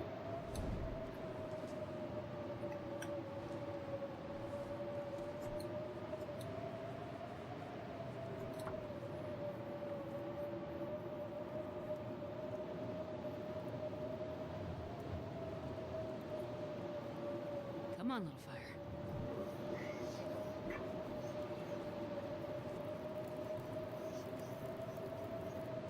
Perfect. Oh, it's late. We're going to probably have to sign off soon. Try to get poor Astrid through the night, though.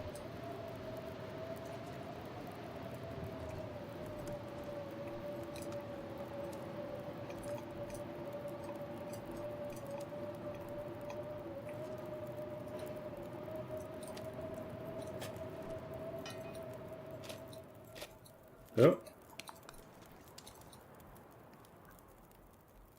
That's nice. Man, this pack is getting kind of heavy.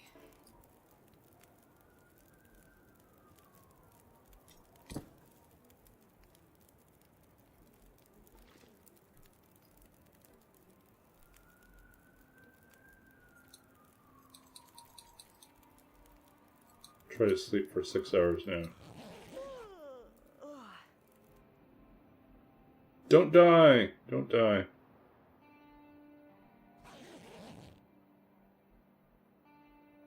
Okay, we did not die.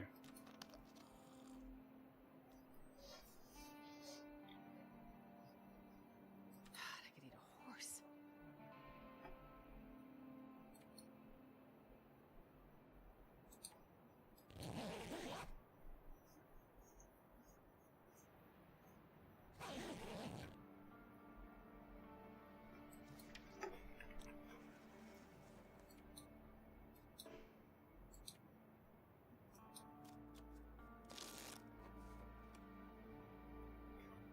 I'm gonna need to eat soon.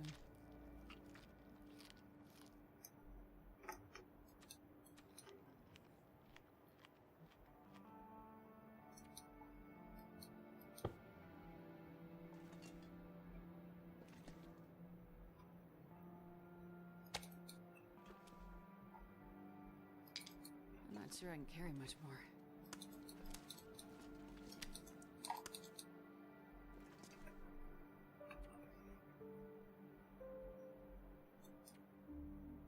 $39. Well, let's move closer to the other side.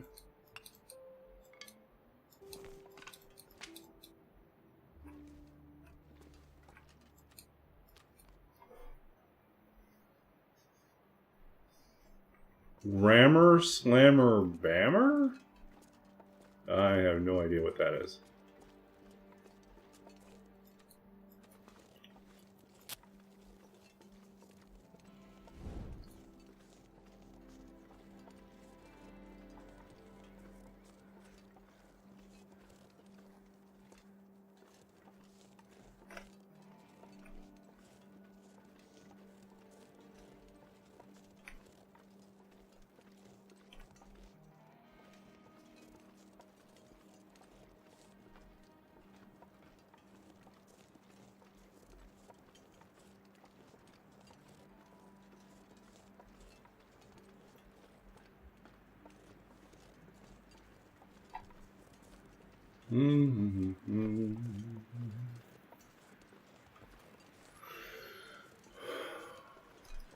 Let's head on down to the cave on the other side of the chasm.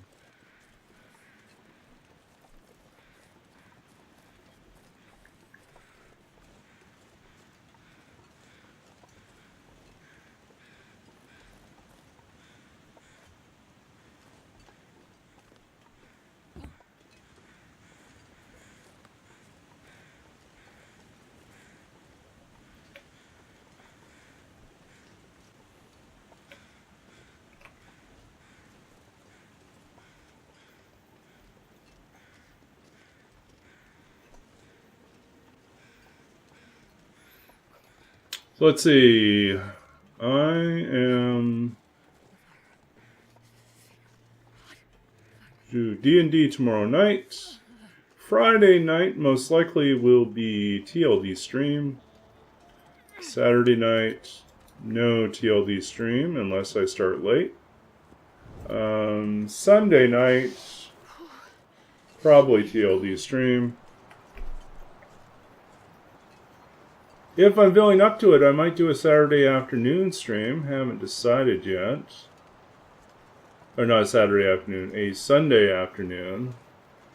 If I do a stream, it would be non-TLD, probably would be something related to Twine. I am going to try to squeeze some time in tomorrow, not tomorrow, Friday, into adding more content onto the Twine game. I've been carefully documenting where the big gaps are, and now I have a plan as to what parts of the game I need to focus on, flesh things out so that it's able to go through a full loop. There's lots of little things I need to, functionality and mechanics I need to actually add, but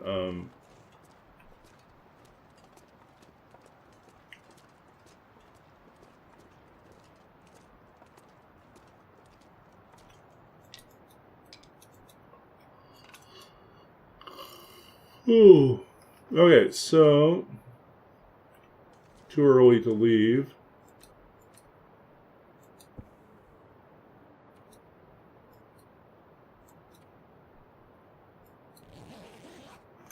Oh, I forgot to eat something.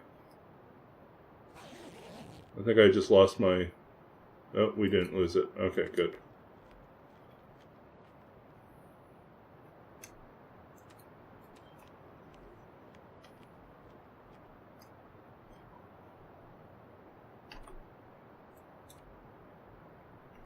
Still not quite 40.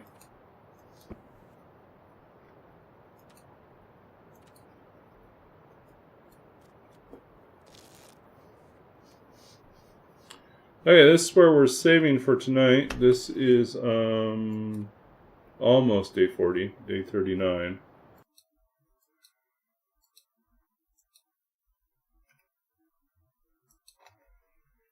In the next stream, we're going to head on out. So close. Then the real question will be, what will we get when we go to Mystery Lake? Okay, so yeah, so there's where we're at. We'll read one poem. And as promised, we're going to read something from... That's a mystery. We will read something from the Letters series and another one of the ones that just recently got published.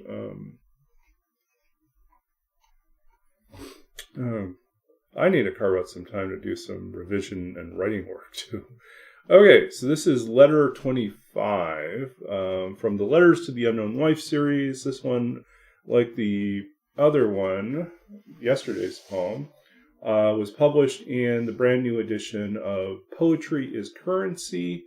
And I'll post a link below for that, I guess.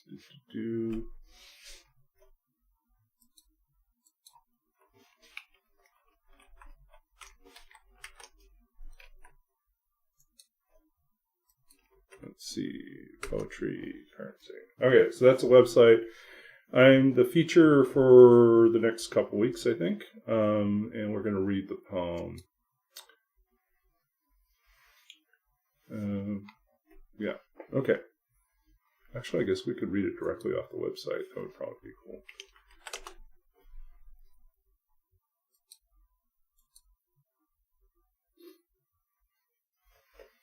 Letter 25.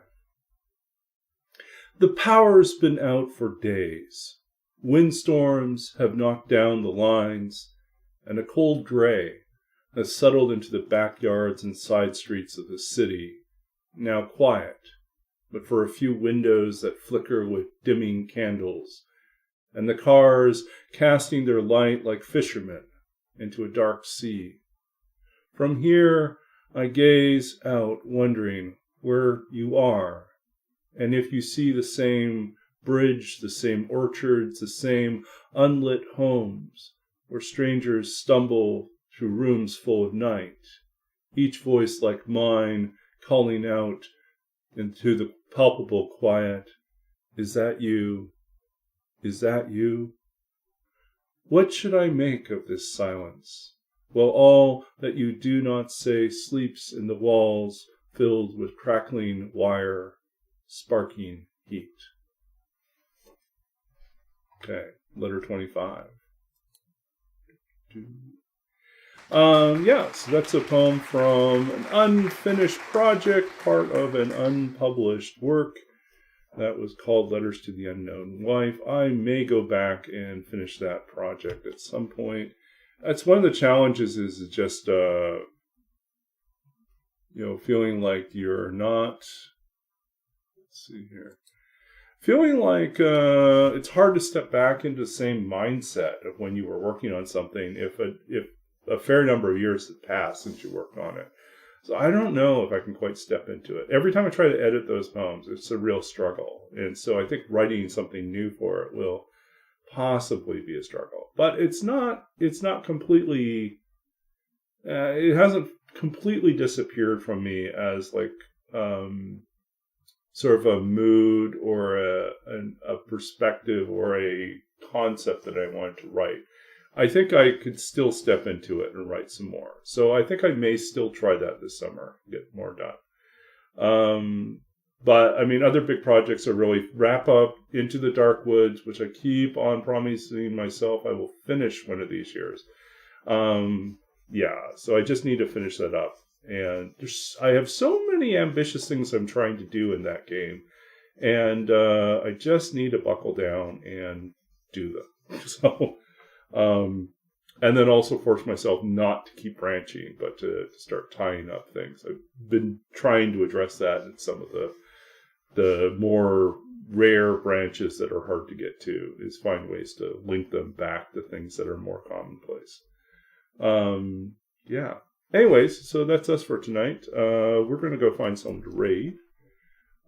It's been great hanging out, and it'll be great to wrap this up in the next...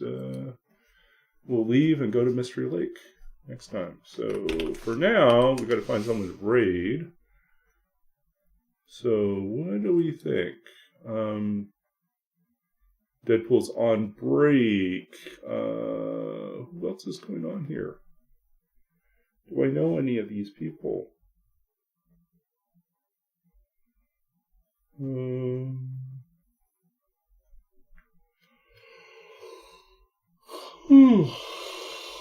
I'm tired.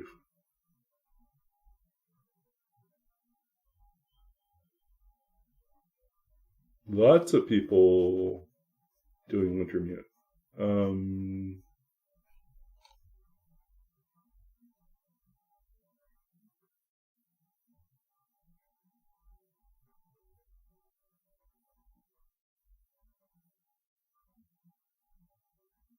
What's this one?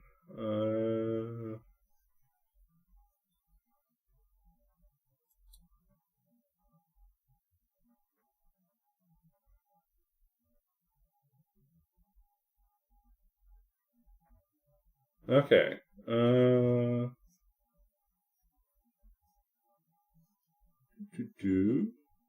Who's this? Relatively new streamer.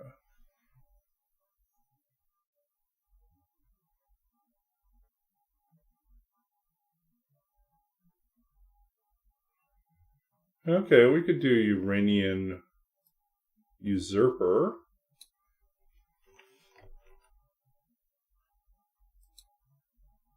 Okay.